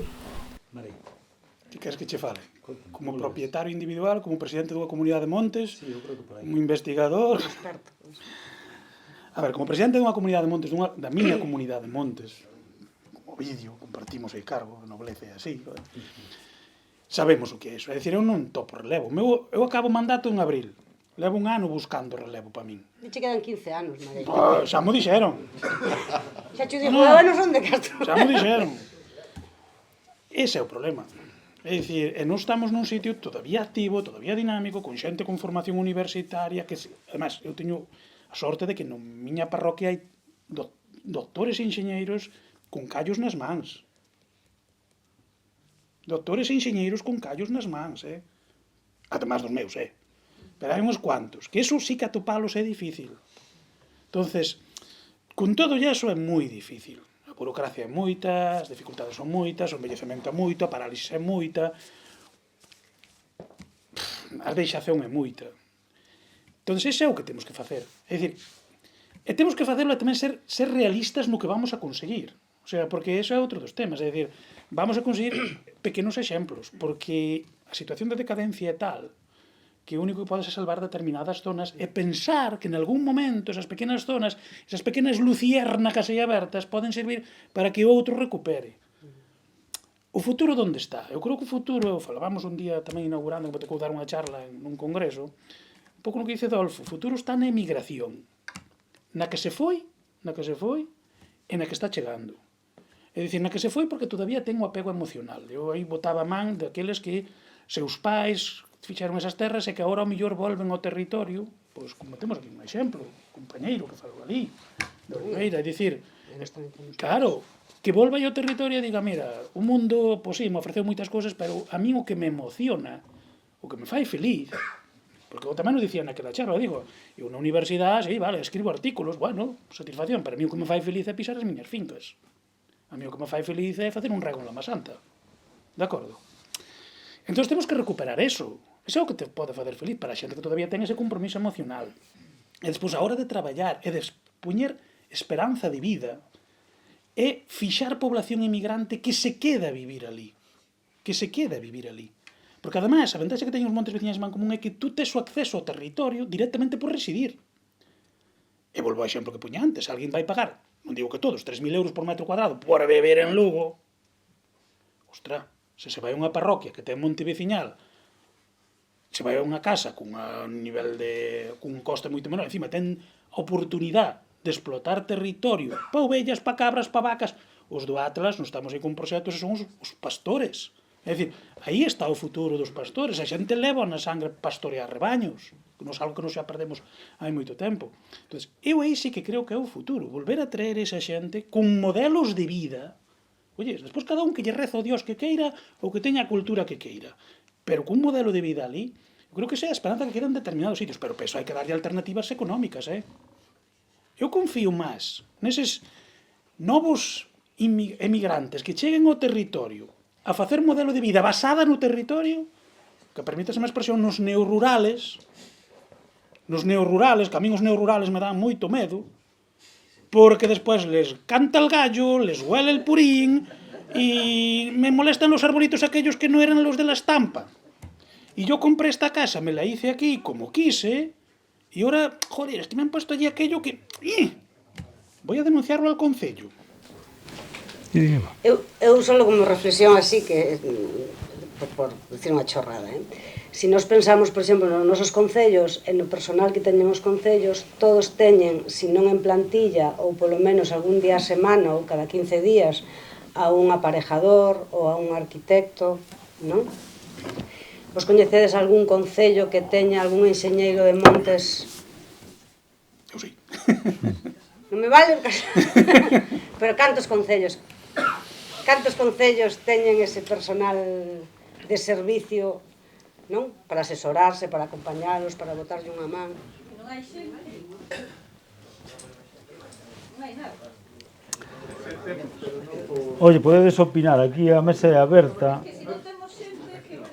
Entonces, con este panorama que estamos aquí vendo encima da mesa, a cousa complicada de narices, pero eu insisto. E os que volvemos, temos unha edad de 60 para arriba. Ainda está de señora. Ainda está de señora. O que non sei eu é se estamos preparados para esa solución que Dolfo e ti planteades, que os que veñen de fora, eses inmigrantes, monten o seu modelo de negocio, monten a súa vida aquí. Non sei se estamos preparados para recibilos e para facilitarlle que se asenten. É dicir, as terras están aí, pero hai unha realidade. Custa deixalas, custa deixar que se gestionen por outros. É unha realidade. Aquí no territorio noso é unha realidade. Está cambiando, eso, Bueno, pois a mellor é o cambio social o que ti falabas antes. É necesario, porque a experiencia que nos temos misturando, bueno, pois non...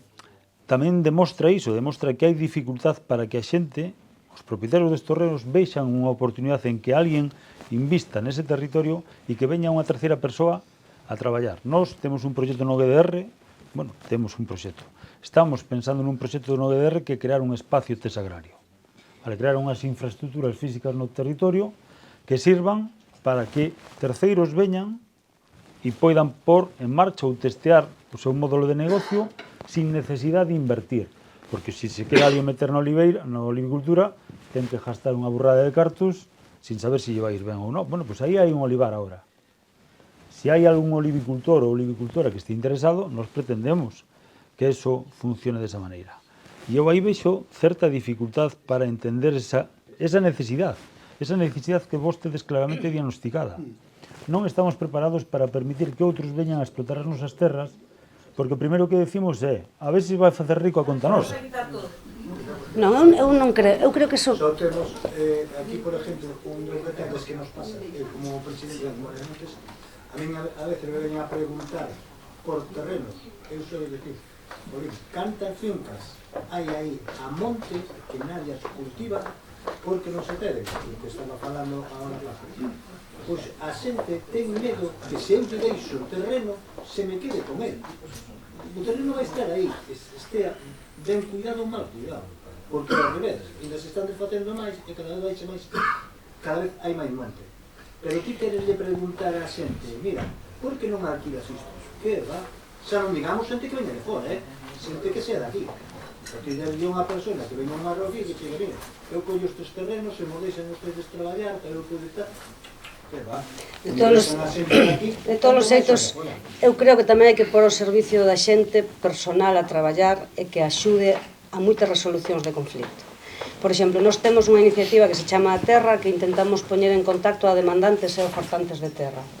E cando empezamos con isto hai 2 anos, que eu sei que é unha fricada e que é un proceso moi lento, que sei que vai funcionar, pero que non é fácil, e aí é certo que nós, por exemplo, temos o apoio da Deputación de Ourense que apoia a iniciativa. O que estamos facendo agora mesmo, dende a técnica que traballa en A Terra, é resolver conflictos familiares. Ao final o que temos é unha persoa que alguén nos chaman por teléfono, oye, Eva, que teño unha finca en Vilar de Barrio, que tal, non me falo con meu irmán vive en Murcia. Que facemos? Falamos con ela, falamos co irmán de Murcia, falamos co gandeiro que quera a finca, en moitos casos chegamos a un acordo de compra-venta, e agora resulta que eses 2 irmáns xa se falan cos primos e toda a herencia que teñen van a vender. Estamos buscando compradores da súa herencia. O que non podemos deixar é que a xente resolva os problemas solos tamén, e deixalos a man de Dios que cheguen a acordos. Pois a administración, dende onde poidamos e como poidamos, teremos que repensar en que servicios temos que ofrecer ao rural, e modernizar eses servizos. E uns servizos que estean adaptados á realidade actual, porque Galicia non é igual que hai 50 anos, e as necesidades dos propietarios, dos gandeiros, dos que vivimos ali, son moi diferentes. E o servicio sigue sendo igual ou moito peor. Porque antes as oficinas agrarias facían un traballo de formación, de asesoramento, de acompañamento, que agora non fai. E quen fai ese traballo agora? Non fai nadie. Entón estamos pedindo a xente tamén que ao final casi queremos que os que vivimos no rural temos que ademais saber de todo, facer de todo, estar disponibles a todo. Que alguén nos acompañe, que alguén nos axude a resolver este conflito, a resolver este problema, a buscar un comprador. Non sei, dixo que cando eu, Marei fala da mobilidade social, que eu estou de acordo contigo, do cambio social, pero o cambio social ten que ir acompañado dun cambio de políticas. Ainda que xa sei que ti non estás de acordo comigo niso, que en algunhas cousas... Parcialmente. Pero ten que ir, o sea, cando falo de políticas, falo de que ferramentas ou que servicios pon a política para acompañar a realidade rural deste momento, que é... Ademais, non hai unha realidade rural. Hai unha realidade rural na Baixa Limia, hai unha na comarca da Limia, hai unha no entorno de Lugo, hai outra en Salvaterra. Ese é a clave. Se me permites... Pero se me permites, vouche contestar. Sí, pero dijo, intentando sempre mirar hacia adiante. Agora estamos aquí xa, hasta aquí chegamos. E para atrás non podemos ir. Temos que ir para adiante. Pois para adiante...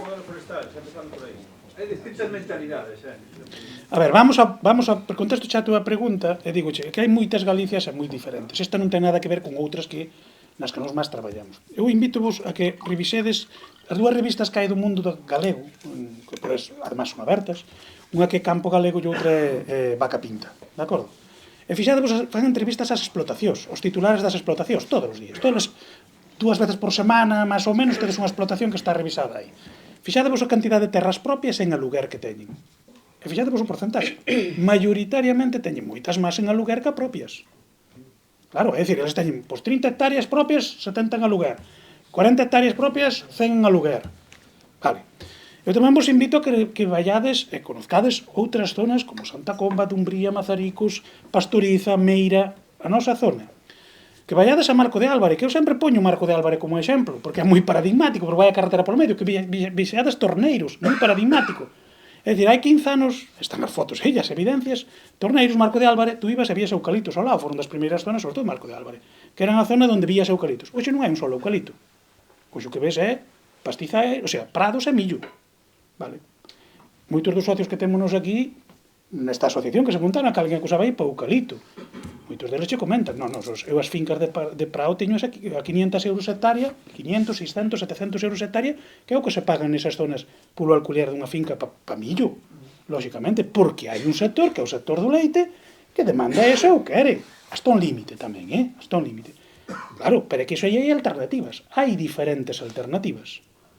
Entonces, esa é a realidade tamén galega. Que pasa? Co índice de Gini dice que eso se está concentrando nunhas zonas e o resto é un territorio netamente abandonado onde cada un dese paser, cada un sálvese que pode.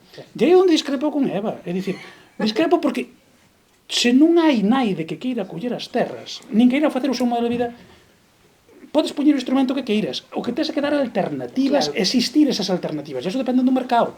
Hai unha cousa que é o mercado. Pero agora mesmo, por exemplo, isto xa parece un debate entre María e eu, pero podedes intervir. Por exemplo, agora nós temos unha cuestión, que dentro da terra nós temos moitas parcelas que se poñen en aluguer, non?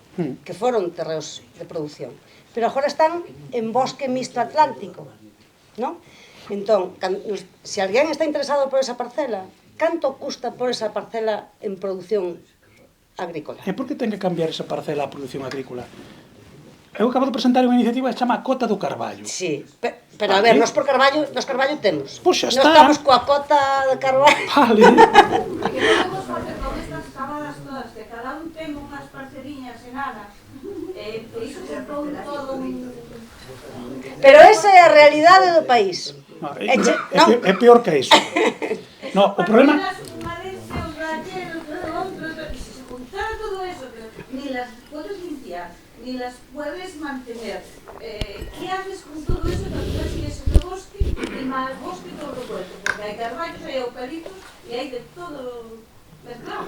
Xa, pero que aí só hai... A ver, vamos a ver. O problema, e aí vou por eso, polo minifundio, que é un tema. A ver, en Galicia temos 12 millóns de parcelas rústicas. 12 millóns. Eso é a consecuencia dun proceso social que tuvo os seus anos, a súa clave. E a súa clave foi moita xente que durante séculos adquiría a terra porque a terra era o máis valioso da súa vida. Comprar unha leira xustificaba unha xeneración. Comprar unha leira xustificaba a vida dunha persona. É que iso... A ver, cando falan os historiadores, a min gustaime que contaran esa historia. É dicir, xente marchou a Cuba a sustituir os esclavos para volver a comprar unha leira. Eso é a realidade de Galicia. Así se construiu Galicia. Punto e final. Vale, eso tuvo o seu obxectivo. Así, Galicia tiña unha cantidad de población relativamente ben alimentada comparada co resto de España por ese proceso de fraccionamento en 12 millóns de parcelas onde todo o mundo tiña algo de todo. Entón, eso tuvo unha lógica. Esa lógica perdeuse por razóns históricas que non vamos aquí e tal. Hoxe o problema é maior, non é que teñas 12 millóns de parcelas, é que antes eses 12 millóns de parcelas eran, imagínate, de 700.000 propietarios. Hoxe son de N.000 propietarios porque non o sabes, porque son proindivisos. Nos estamos traballando en temas deses, e o problema non é a parcela de 2.000 metros cuadrados. O problema é que a parcela de 2.000 metros cuadrados é de 25 personas que non se conocen entre elas. Non tes un decisor. Vou vos poñer un exemplo, se me permiten, vou vos poñer un exemplo que é da zona máis productiva do eucalipto, en mención tamén aquelo, como comentaba o compañeiro. O 25% das parcelas que se cortan de eucalipto no ano 2024-25 non se volven a plantar de eucalipto. E por que non se volven a plantar? Porque é de varios decisores que non se poñen de acordo para plantar. Pero Marei, perdona, ese tampouco é o problema, porque no noso territorio hai varias concentracións parcelarias feitas e están como están. Porque non hai un uso... Ese é un do problema. Este é un problema moi grande, porque o problema que non é a fragmentación do territorio, é a fragmentación da propiedade, que é os decisores. Hoxe por hoxe en Galicia, sobre todo nas dúas provincias do sur, tú non sabes de quen é a terra. Non sabes. Non tes a naide que interpelar para dicir cómprama, véndema, alquílama... Non, porque é de múltiples. Entón, como se resolve eso? Como se resolve eso? Marei, con esa realidade que non haxa un servicio de verdade que acompañe e axude a chegar a acordos, a min parece increíble. O sea, que non haxa nada que estea... Non che fai falta o servicio. Faiche falta, Mari, porque a realidade é a que temos. Tes que recuperar a figura do maiorazo. Es de lujo, carai. Son de lujo, joder. A ver, eu, ademais de todos estes cargos, eu digo moitas veces, son o orgulloso maiorazo da Casa do Souto. O orgulloso maiorazo da Casa do Souto de Tordia. O meu deber moral é manter a miña propiedade cuidada, xestionada, arreglada, defendela frente aos ataques. Iso é a clave. Esa é a clave. Eso é o que che dice a ti. Aquela teño que plantala, aquela teño que alugala, aquela teño que... Ostras, aquelas paredes estánme caendo, non sei que, teño que tal. Aquilo... Iso é a clave. Ese é o cambio social. Pero ese cambio social ten que vir aparellado tamén dunha componente económica. Porque o orgullo dura o que che dura. E a componente económica tenche que vir dado por esa produción que polo menos che manteña viva a chama do orgullo. En esta xeneración, que é a última, porque a seguinte xeneración, salvo algúnas excepcións, vai caer. Tú intentaches comprar alguna vez unha finca?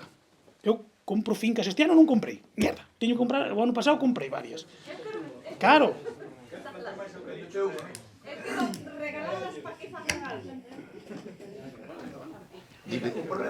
¿Qué quieres decir con eso? Yo estoy como tú. A ver, é que tú se queres comprar unha finca, o teu principal problema nunha finca é saber a quen lle tes que comprar. Despois poderás chegar a un acordo ou non con el, pero saber a quen lle tes que comprar. Iso que che estaba dicindo. Claro, pero é que tú imagínate a miña situación da última finca. Coño, a anécdota da última finca. Coño, se queres conto anécdotas de fracasos. Non, pero contoche, por exemplo, esta semana nos en Aterra tuvemos puxemos unha finca, unha señora que nos dixo, quero vender esta finca. ¿No? Era dela? Unha finca, sí, era dela. Vale, xa empezamos ben. No, neste caso era unha muller maior, solteira, sin fillos, ¿no? Quero vender esta finca, pero esa finca estaba xestionada por un gandeiro. Bien, xa temos unha Dixo, queres comprala? No. Entón ela dixo, mira, póndeme a finca a venta. E puxémola na terra. Vende esa finca, non sei onde era, non me acordo con que. E chamou un chico. Dixo, oye, compro eu. Dixamos a señora, mira, que temos un comprador. Bueno, pero antes de venderla vou falar co jandeiro a ver se a quere. Non?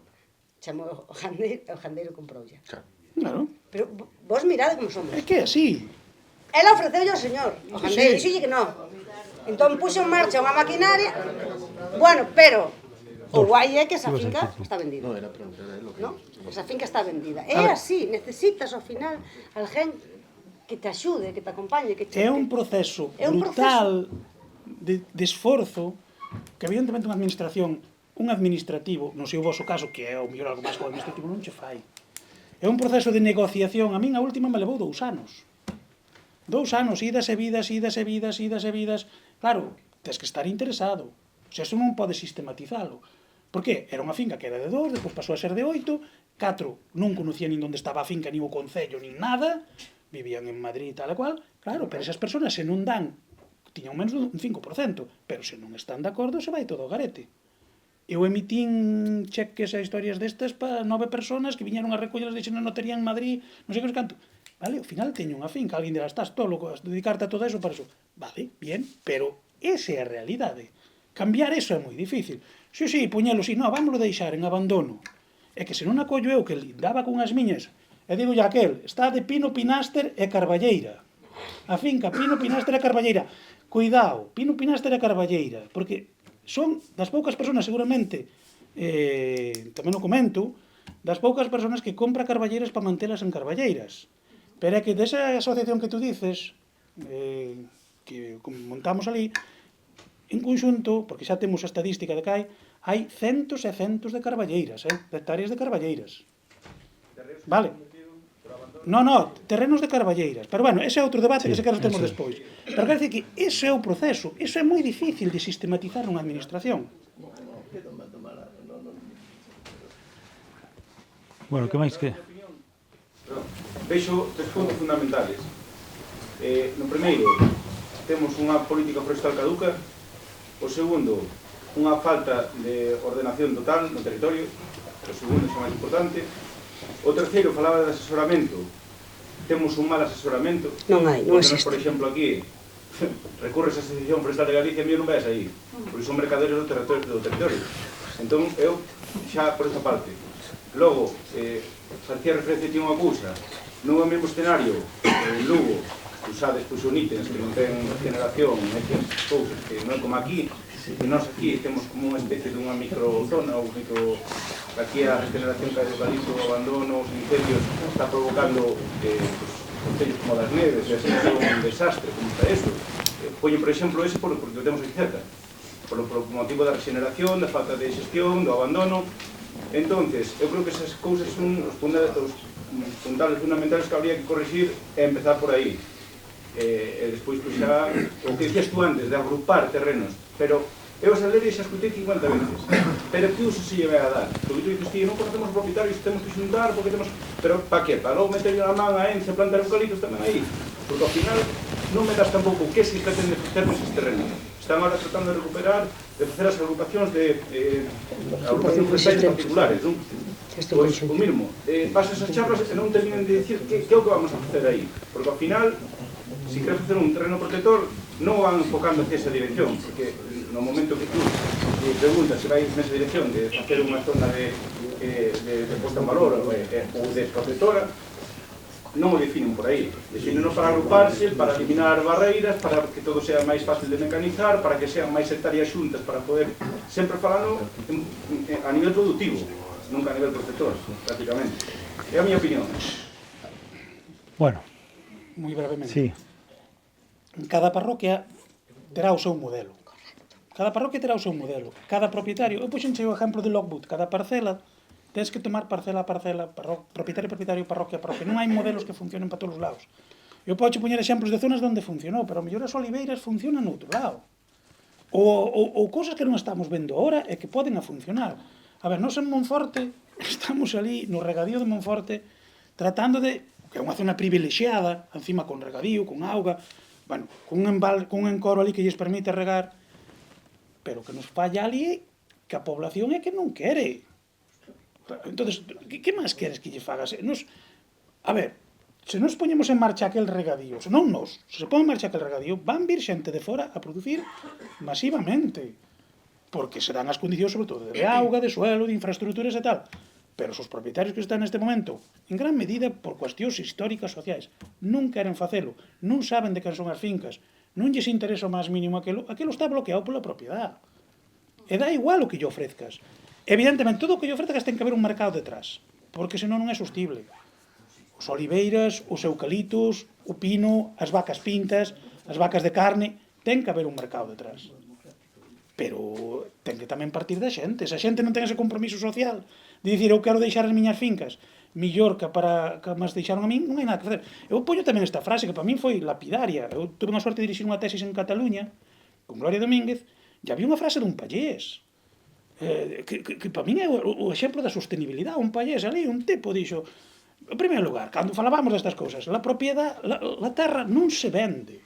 O sea, en catalán, non podo reproducir en catalán, pero non se vende.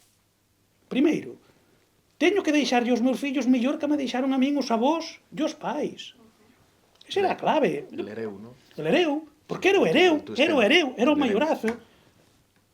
Bueno, a masía ou que te veñen ali, eso non se vende, joder, dice así, teño que deixarlle unha obligación moral. Pero, por desgracia, pois, oye, non sei por qué, todo eso se foi laminando. Non somos un pueblo rural. Galicia é un pueblo rural, joder. Aquí podemos ir, pero nos foron bombardeando, ou nos autofomos, ou tivemos ese complexo que a mí me pasou, que eu de ser un desertor do Arao, joder, e macho, iso é o que nos está carcomendo por dentro. Eu sigo pensando que a mí me parece lógico que un tío destine 3.000 euros por metro cuadrado para un piso en Lugo e que teña a casa do pueblo abandonada, me cago en diola. Só que agora temos un problema importante. Sí, sí. Que somos todos desertores do Arao. Claro. E agora nos queremos que, por exemplo, na Baixa Limia, eu son das que considero que é urxente a recuperación da gandeiría en extensivo. Si queremos manter poboación, ou polo menos cos que están en marcha. Pero iso non lle podemos pedir a un paisano de Lobios, tú por tu cuenta e riesgo, negocia as 100 hectáreas de terreo, cómprate as 50 tal, cómprate toda a maquinaria, cómprate o jalpón para jardar todo iso. Eso é condenarlo á ruína. Claro. Entón, onde entra a política? Entra aí. que as líneas de axuda, o apoio ás novas explotacións gandeiras por sector forestal, o que sei, eu falo do que eu considero que é prioritario na baixa línea. A administración terá que pôr en marcha un plan de recuperación da gandeiría en extensiva na baixa línea con axudas específicas para esa xente. Si queremos que a poboación desas áreas non baixe máis. O xa non dixo recuperar. Se queremos que o sector gandeiro sobreviva. Temos que pensar Onte noutras a tarde en Bruselas se decía que non se firmaba Mercosur. Os franceses están queimando todo o que atopan porque non queren que entremos en Mercosur. Alguén sabe o que significa entrar en Mercosur? Sí, Mercosur. Vale, moi bien. Vale, pois onte Macron, porque lle apretaban as cañillas, dixo non a Mercosur. Meloni dixo non a Mercosur. Por eso gana en Italia, o millor, entre outras razóns. Entón, temos que estar empezando a pensar que esas cuestións que realmente... Onde está a estrategia que temos que ter? Porque hoxe por hoxe os gandeiros de carne están por primeira vez en moito tempo ganando diñeiro. Os do leite están nun sistema, pero alguén sabe... Tamén están ganando diñeiro. Pero sempre. Ganan sempre. Queixanse moito, pero ganan. Sí, ganan sempre. Eso coñecemos ben que temos feito vos análisis deles. Ganan sempre. Pero traballan e son profesionais, son xente con criterio, con visión, en moitos casos, cada vez máis, e sin embargo vimos como se reducían as explotacións, por un tema demográfico, por falta de man de obra. Vale, pero aquí, eso é un nivel que está aquí. Se entra toda a carne de Argentina, Brasil, Paraguai, alguén viu as explotacións aí? Hai moitos anos nos traballábamos con unha explotación en Brasil de 1 millón de vacas, de 1 millón de vacas. Vale, sería das pequenas, na zona de Sao Paulo. Claro, alguén reflexionou sobre eso. Bueno, pois onte se parou, pero dicen que en poucos meses tenemos. Bueno, bien. Pois eso, o desplome que vai significar para Asturias, para as zonas ganaderas asturianas, para as zonas ganaderas galegas, na entrada masiva de carne. Desas zonas, alguén se para, e non só de carne, e para as de leite, cando lles entra soja a precios regalados, van necesitar terras para producir millo aquí? Nós, aquí no BDR, estábamos pensando non misturando dous. Escoitando aquí os meus colegas, a veces... Non, hai que facer 2, 3, 4. Que rayo de misturando dous vamos a facer, porque... Simplemente, antes de que digas más nada, y que yo siempre digo que tenemos una gran capacidad para diagnosticar los problemas. Y sin embargo, coño, para verles oportunidades cuesta. Si esto y un problema, lo que estamos contando, o sea, un problema tienen los niños en Gaza.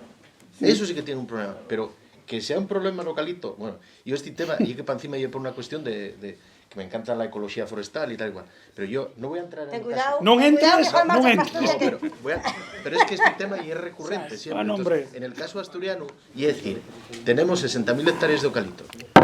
60.000 hectáreas de eucalipto en el caso asturiano y el 6% del territorio. Es sí un problema de algo que te da perres cuando tenemos 350 o 340.000 hectáreas de terreno que lleve cotolles, o sea, toxo, tal, que para encima é el que quema recurrentemente porque é el que entra dentro de la PAC e é el que mete dinero.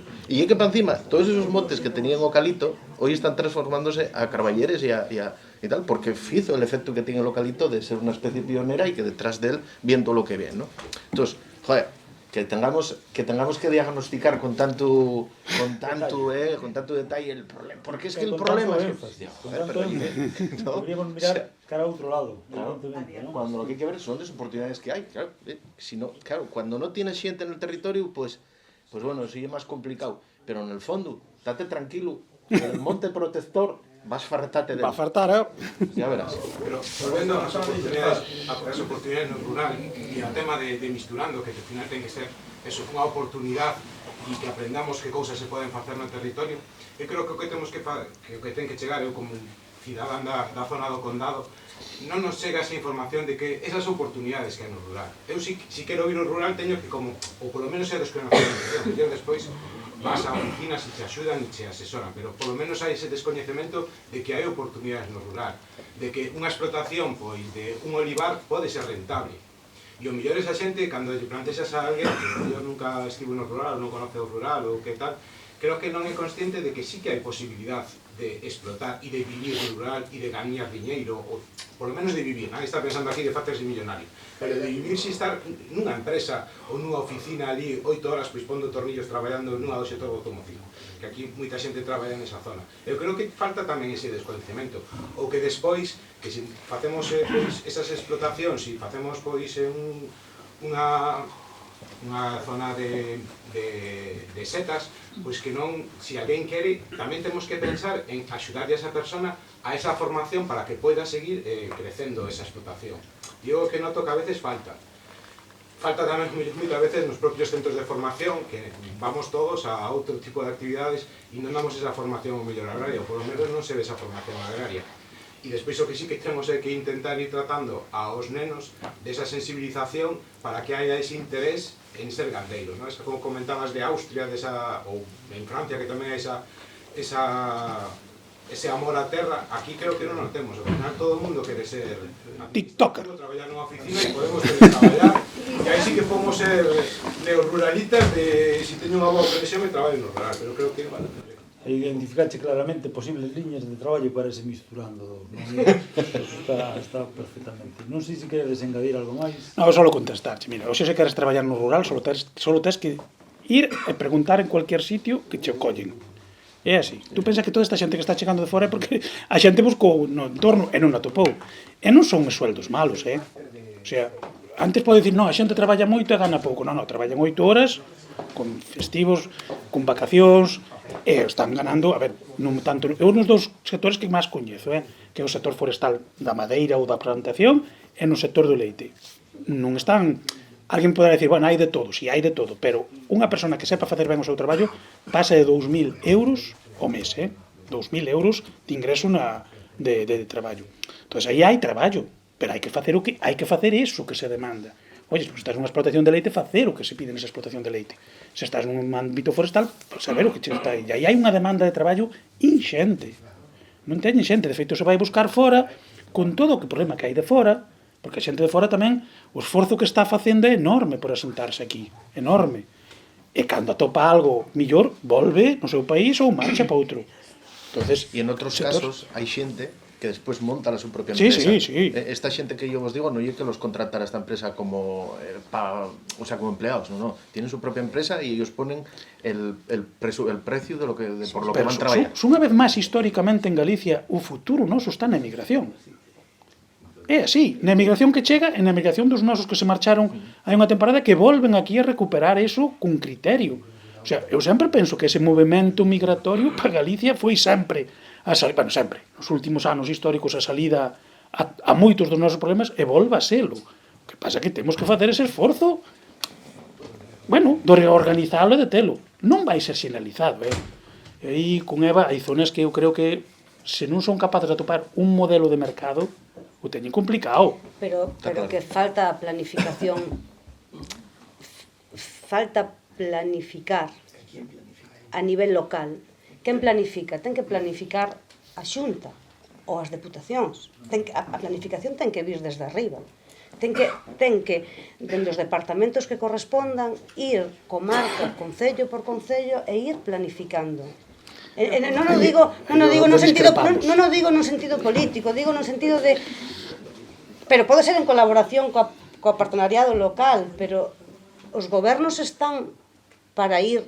É dicir, aquí necesitamos poñer en marcha tantas hectáreas de gandería en extensivo e para isto necesitamos este presupuesto e este procedimento a seguir para os próximos 5 anos. En a Salvaterra será viño. Eu non digo, non sei aínda, pero sei que fai falta pararse entre todos e ir decidindo os pasiños a seguir. Senón, a nivel individual, pode haber un superheroe en Muiños, é ali unha muller, a de Calvelos, que ten 50 vacas, ela sola, había que facerlle un monumento, pero non podemos pedir que todo o mundo sea unha superheroína, que lle dea por quedar ali a montar unha explotación e coller todo o seu diñeiro e investilo. Iso, así non se resolve o problema. É o único que digo. Eu aí comparto contigo, disculpa un segundiño, eu aí comparto contigo que sea a administración que ser proactiva. Claro, eu estou dicindo que ten que ser. Pero despois outras veces eu xa lle pediría algo menos, que non estorbe. O sea, porque sea a segunda parte, que sea proactiva ben, pero que non estorbe tamén ben, Pero non pasa nada, a ver, non pasa nada porque haxa que pedir permisos, nin que haxa... E a formación, porque, por exemplo, como aprendo a manejar ese perraco tractor que sale por aí, que aí pode estar cómodo, pero como aprendo a Se che enseño onde entiendo. Prácticas contra turista. Como aprendo? Primeiro comprar un Pascuali, e logo xa vas ao grande. Hai que ir para... Non podes comprar un Ferrari de golpe, senón... Aí está a base, había que promocionar o pequeno produtor. O sea, poder sacar ese carné, ese pequeno produtor, asentar población con servicios no rural, e non estar vivindo como na época Homo sapiens, nuns sitios, e empezar ao pequeno produtor para que ese pequeno produtor pode ir crecendo, asentando población, e que despois vai, e que vai estar pensado todo en macro. Eu quero dedicarme a gandería e teño que contar que para montar unha explotación teño que partir dun presupuesto de 300 ou 400 mil euros para a nave, o tractor, as vacas, xa nin de loco, vamos, se non me quero hipotecar a mí e os meus fillos e netos, non me meto. Pero a mí se me axudaran para ter 20 vacas en vez de 100 ou 10 ou as que sea, e a partir de aí crecendo e que haixa vida no rural, porque senón así Es como falamos o mesmo idioma. Vamos a ir pechando. Ahora non pechamos, ahora seguimos aquí. Tráenos un bocadillo aquí. Vamos a ir pechando a mesa debate.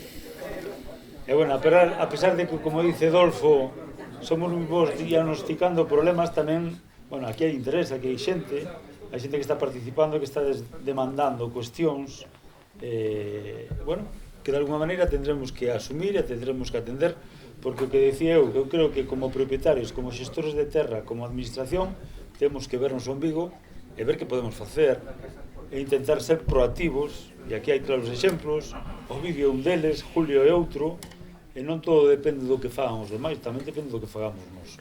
Correcto.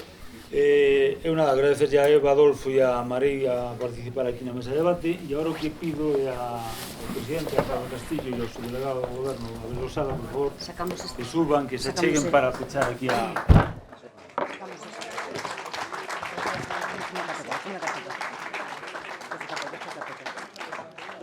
Bos días, que vamos a proceder á clausura deste acto de peche do programa Misturando, subdelegado do goberno, Abel Osada, alcaldes e alcaldesas do Condado Paradantas Salceda de Caselas, alcalde das Neves, alcalde de Mondariz, alcaldesa de Salceda, alcalde das Neves, compañeiros dos grupos que formamos parte deste proxecto, da Limia e do Camín de Asturias, da Limia de Ourense, representantes da Universidade, profesores, moitas gracias por estar hoxe aquí e por levar a cabo esta xornada de clausura dun proxecto que, como ben se mostrou aquí ao longo da mañán, pois sirve un pouco de debate sobre o mundo rural e sobre as posibilidades de desenvolvemento económico, de creación de riqueza e de asentamento da población nun mundo rural no que nós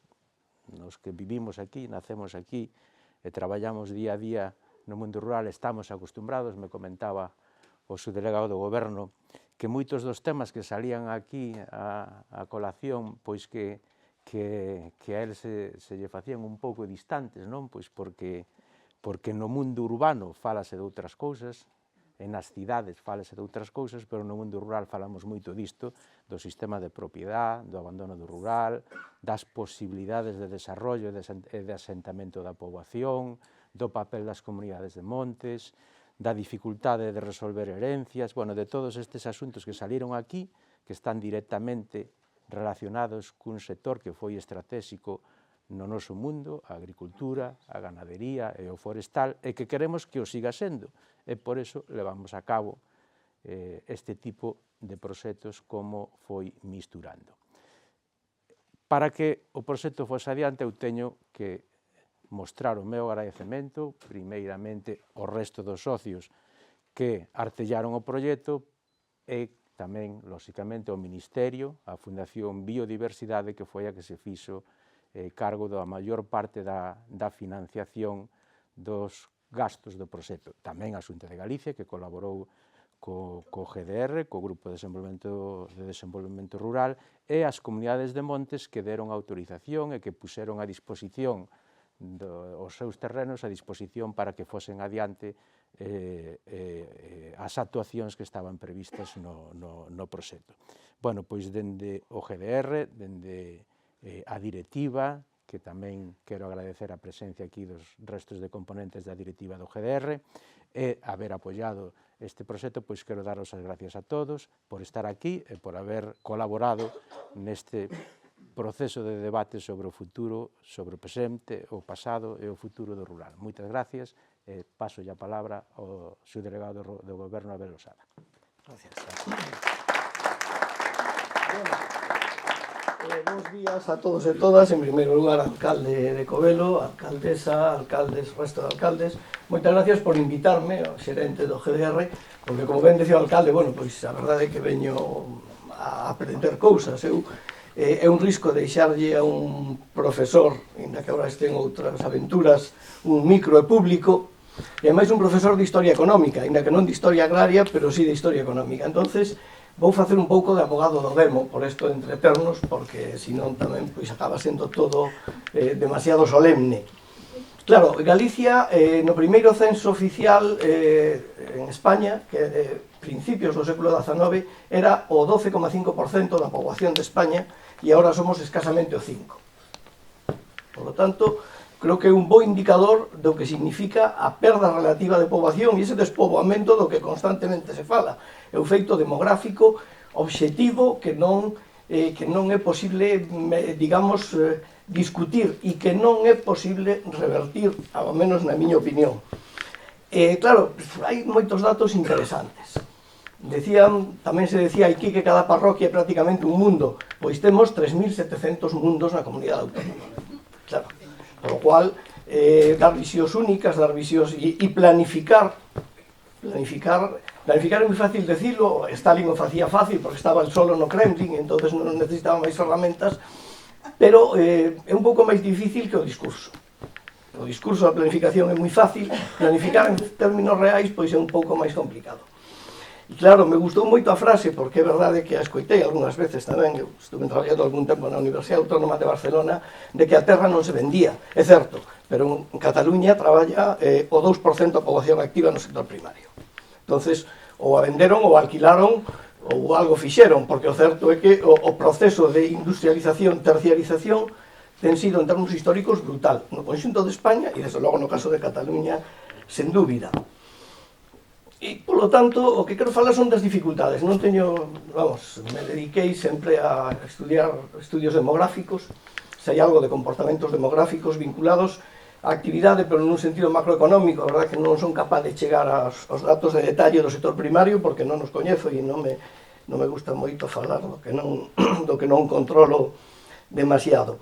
Eu creo que hai indudablemente tres cuestións, e de feito, bueno, a Fundación Biodiversidade, o Ministerio de Transición Ecolóxica e a propia comisionado do reto demográfico, con bo sentido, por parte do Goberno de España, na miña opinión, están no mismo nicho político. Porque hai tres cuestións. Hai unhas cuestións medioambientais, unhas cuestións demográficas e unhas cuestións económicas. E eu son analíticamente marxista. E lo que explica los cambios é la economía. O demais é discurso, está moi ben, é lexítimo, pero o que explica os cambios é a oferta e a demanda e o que reciben ou invisten ou gastan os axentes económicos. Me dá igual que sean empresas, individuos, etc. Por lo tanto, eu creo que este discurso economicista, que non ten por que ser negativo, o discurso economicista non significa que todo vale, significa que a economía xoga o papel que xoga. Eu creo que é un elemento tamén a ter en conta e a reflexionar convenientemente. E logo hai unha cuestión, que esa sí que me preocupa en termos políticos, que é que escoitei aquí constantemente que fai falta poboación e man de obra. Eu lle pediría ás persoas e ás institucións que consideran que fai falta poboación e man de obra estranxeira, se entende, que cando salen opcións políticas que se manifestan de forma brutal contra a inmigración o digan, porque está moi ben decirlo aquí, pero eu agradecería infinitamente que se dixera nos medios de comunicación, porque senón, claro, estamos nun movimento endóxeno. Eu creo que moi pouco productivo. Entonces, os que temos conciencia de que fai falta mão de obra, o que temos que facer é, cando a xente cuestiona a chegada de poboación estranxeira, decir que fai falta. Eu creo que é un reto que todos deberíamos de asumir, porque indudablemente fai falta. É obvio. Sí, pero no funciona lo que viene, no todo hace falta. eu só fago unha chamada. Digo que o único que pido é que si fai falta poboación, hai que decir que fai falta poboación fora dos foros de debate internos. Hai que facelo no ámbito público-político, porque senón nos movemos e acabamos na melancolía. Acabamos na melancolía, porque salimos deste espacio, escoitamos aí fora discursos que aparentemente van absolutamente en contra dos nosos intereses e nos quedamos calados. Oiga, entonces, en termos políticos non me vale. Eu falo como responsable político e como representante do goberno de España. E iso é o que quería trasladar, máis alá de que, insisto, aprendín moitas cousas na sesión. E, por certo, Austria e Galicia teñen o mismo porcentaxe de poboación urbana. O mismo. A única diferencia é que os habitantes das cidades austríacos van a traballar, teñen traballos agrarios, e os galegos non. Haberá que ver por qué. Eu falo do dato estadístico de Eurostat. Claro, é que non teño outra fonte máis cualificada que esa. Hai que pasear por ali, Hai que pasear un pouco por ali. Eu falo dos que viven nas cidades. Non sei onde traballan. Os estadísticos están para poñelos a favor dun cando se quere argumentar. Eu argumento en base a datos estadísticos. O outro é dialéctico. Bueno, penso que foi frutífera a reunión porque hasta na clausura